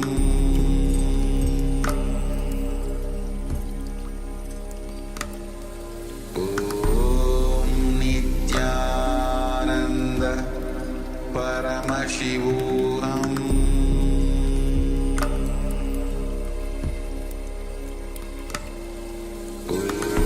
Om Nithyananda Paramashivoham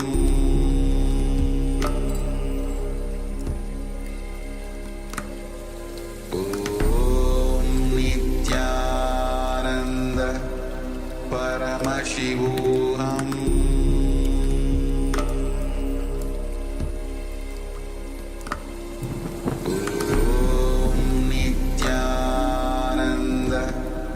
Paramashivoham Om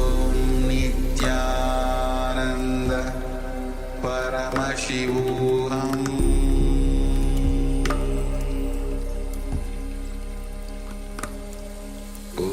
Om Nithyananda Paramashivoham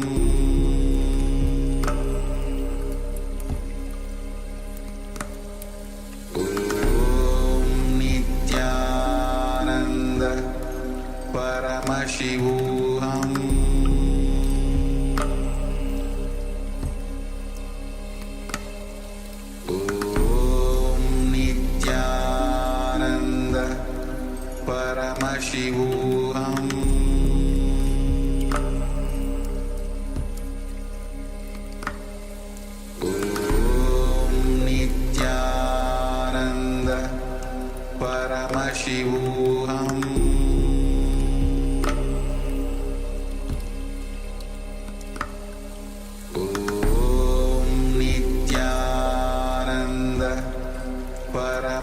Paramashivoham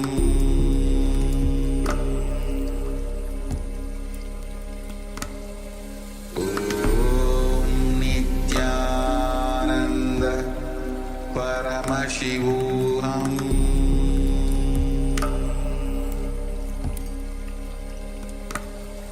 Om Nithyananda Paramashivoham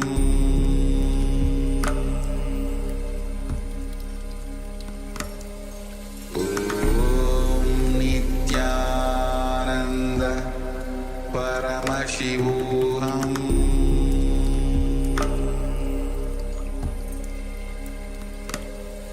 Om Nithyananda Paramashivoham Om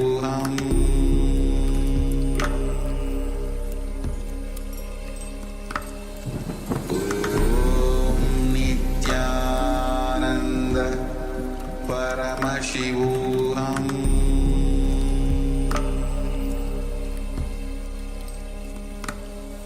Om Nithyananda Paramashivoham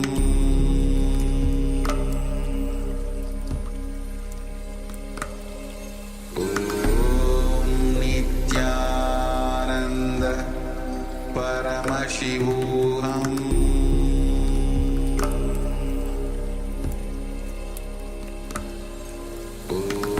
Om Nithyananda Paramashivoham Om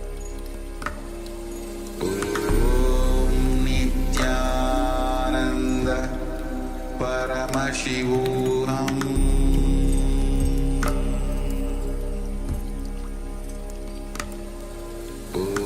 Om Nithyananda Paramashivoham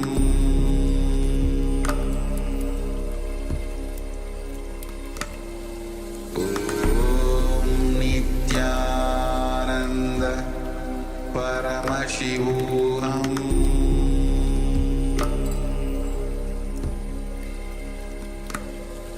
Om Nithyananda Paramashivoham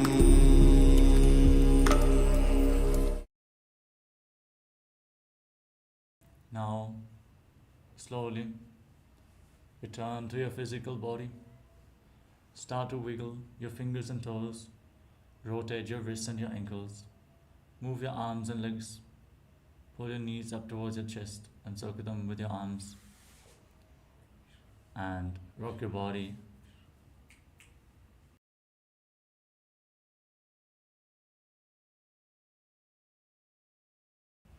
From side to side. Slowly return to a comfortable seated position.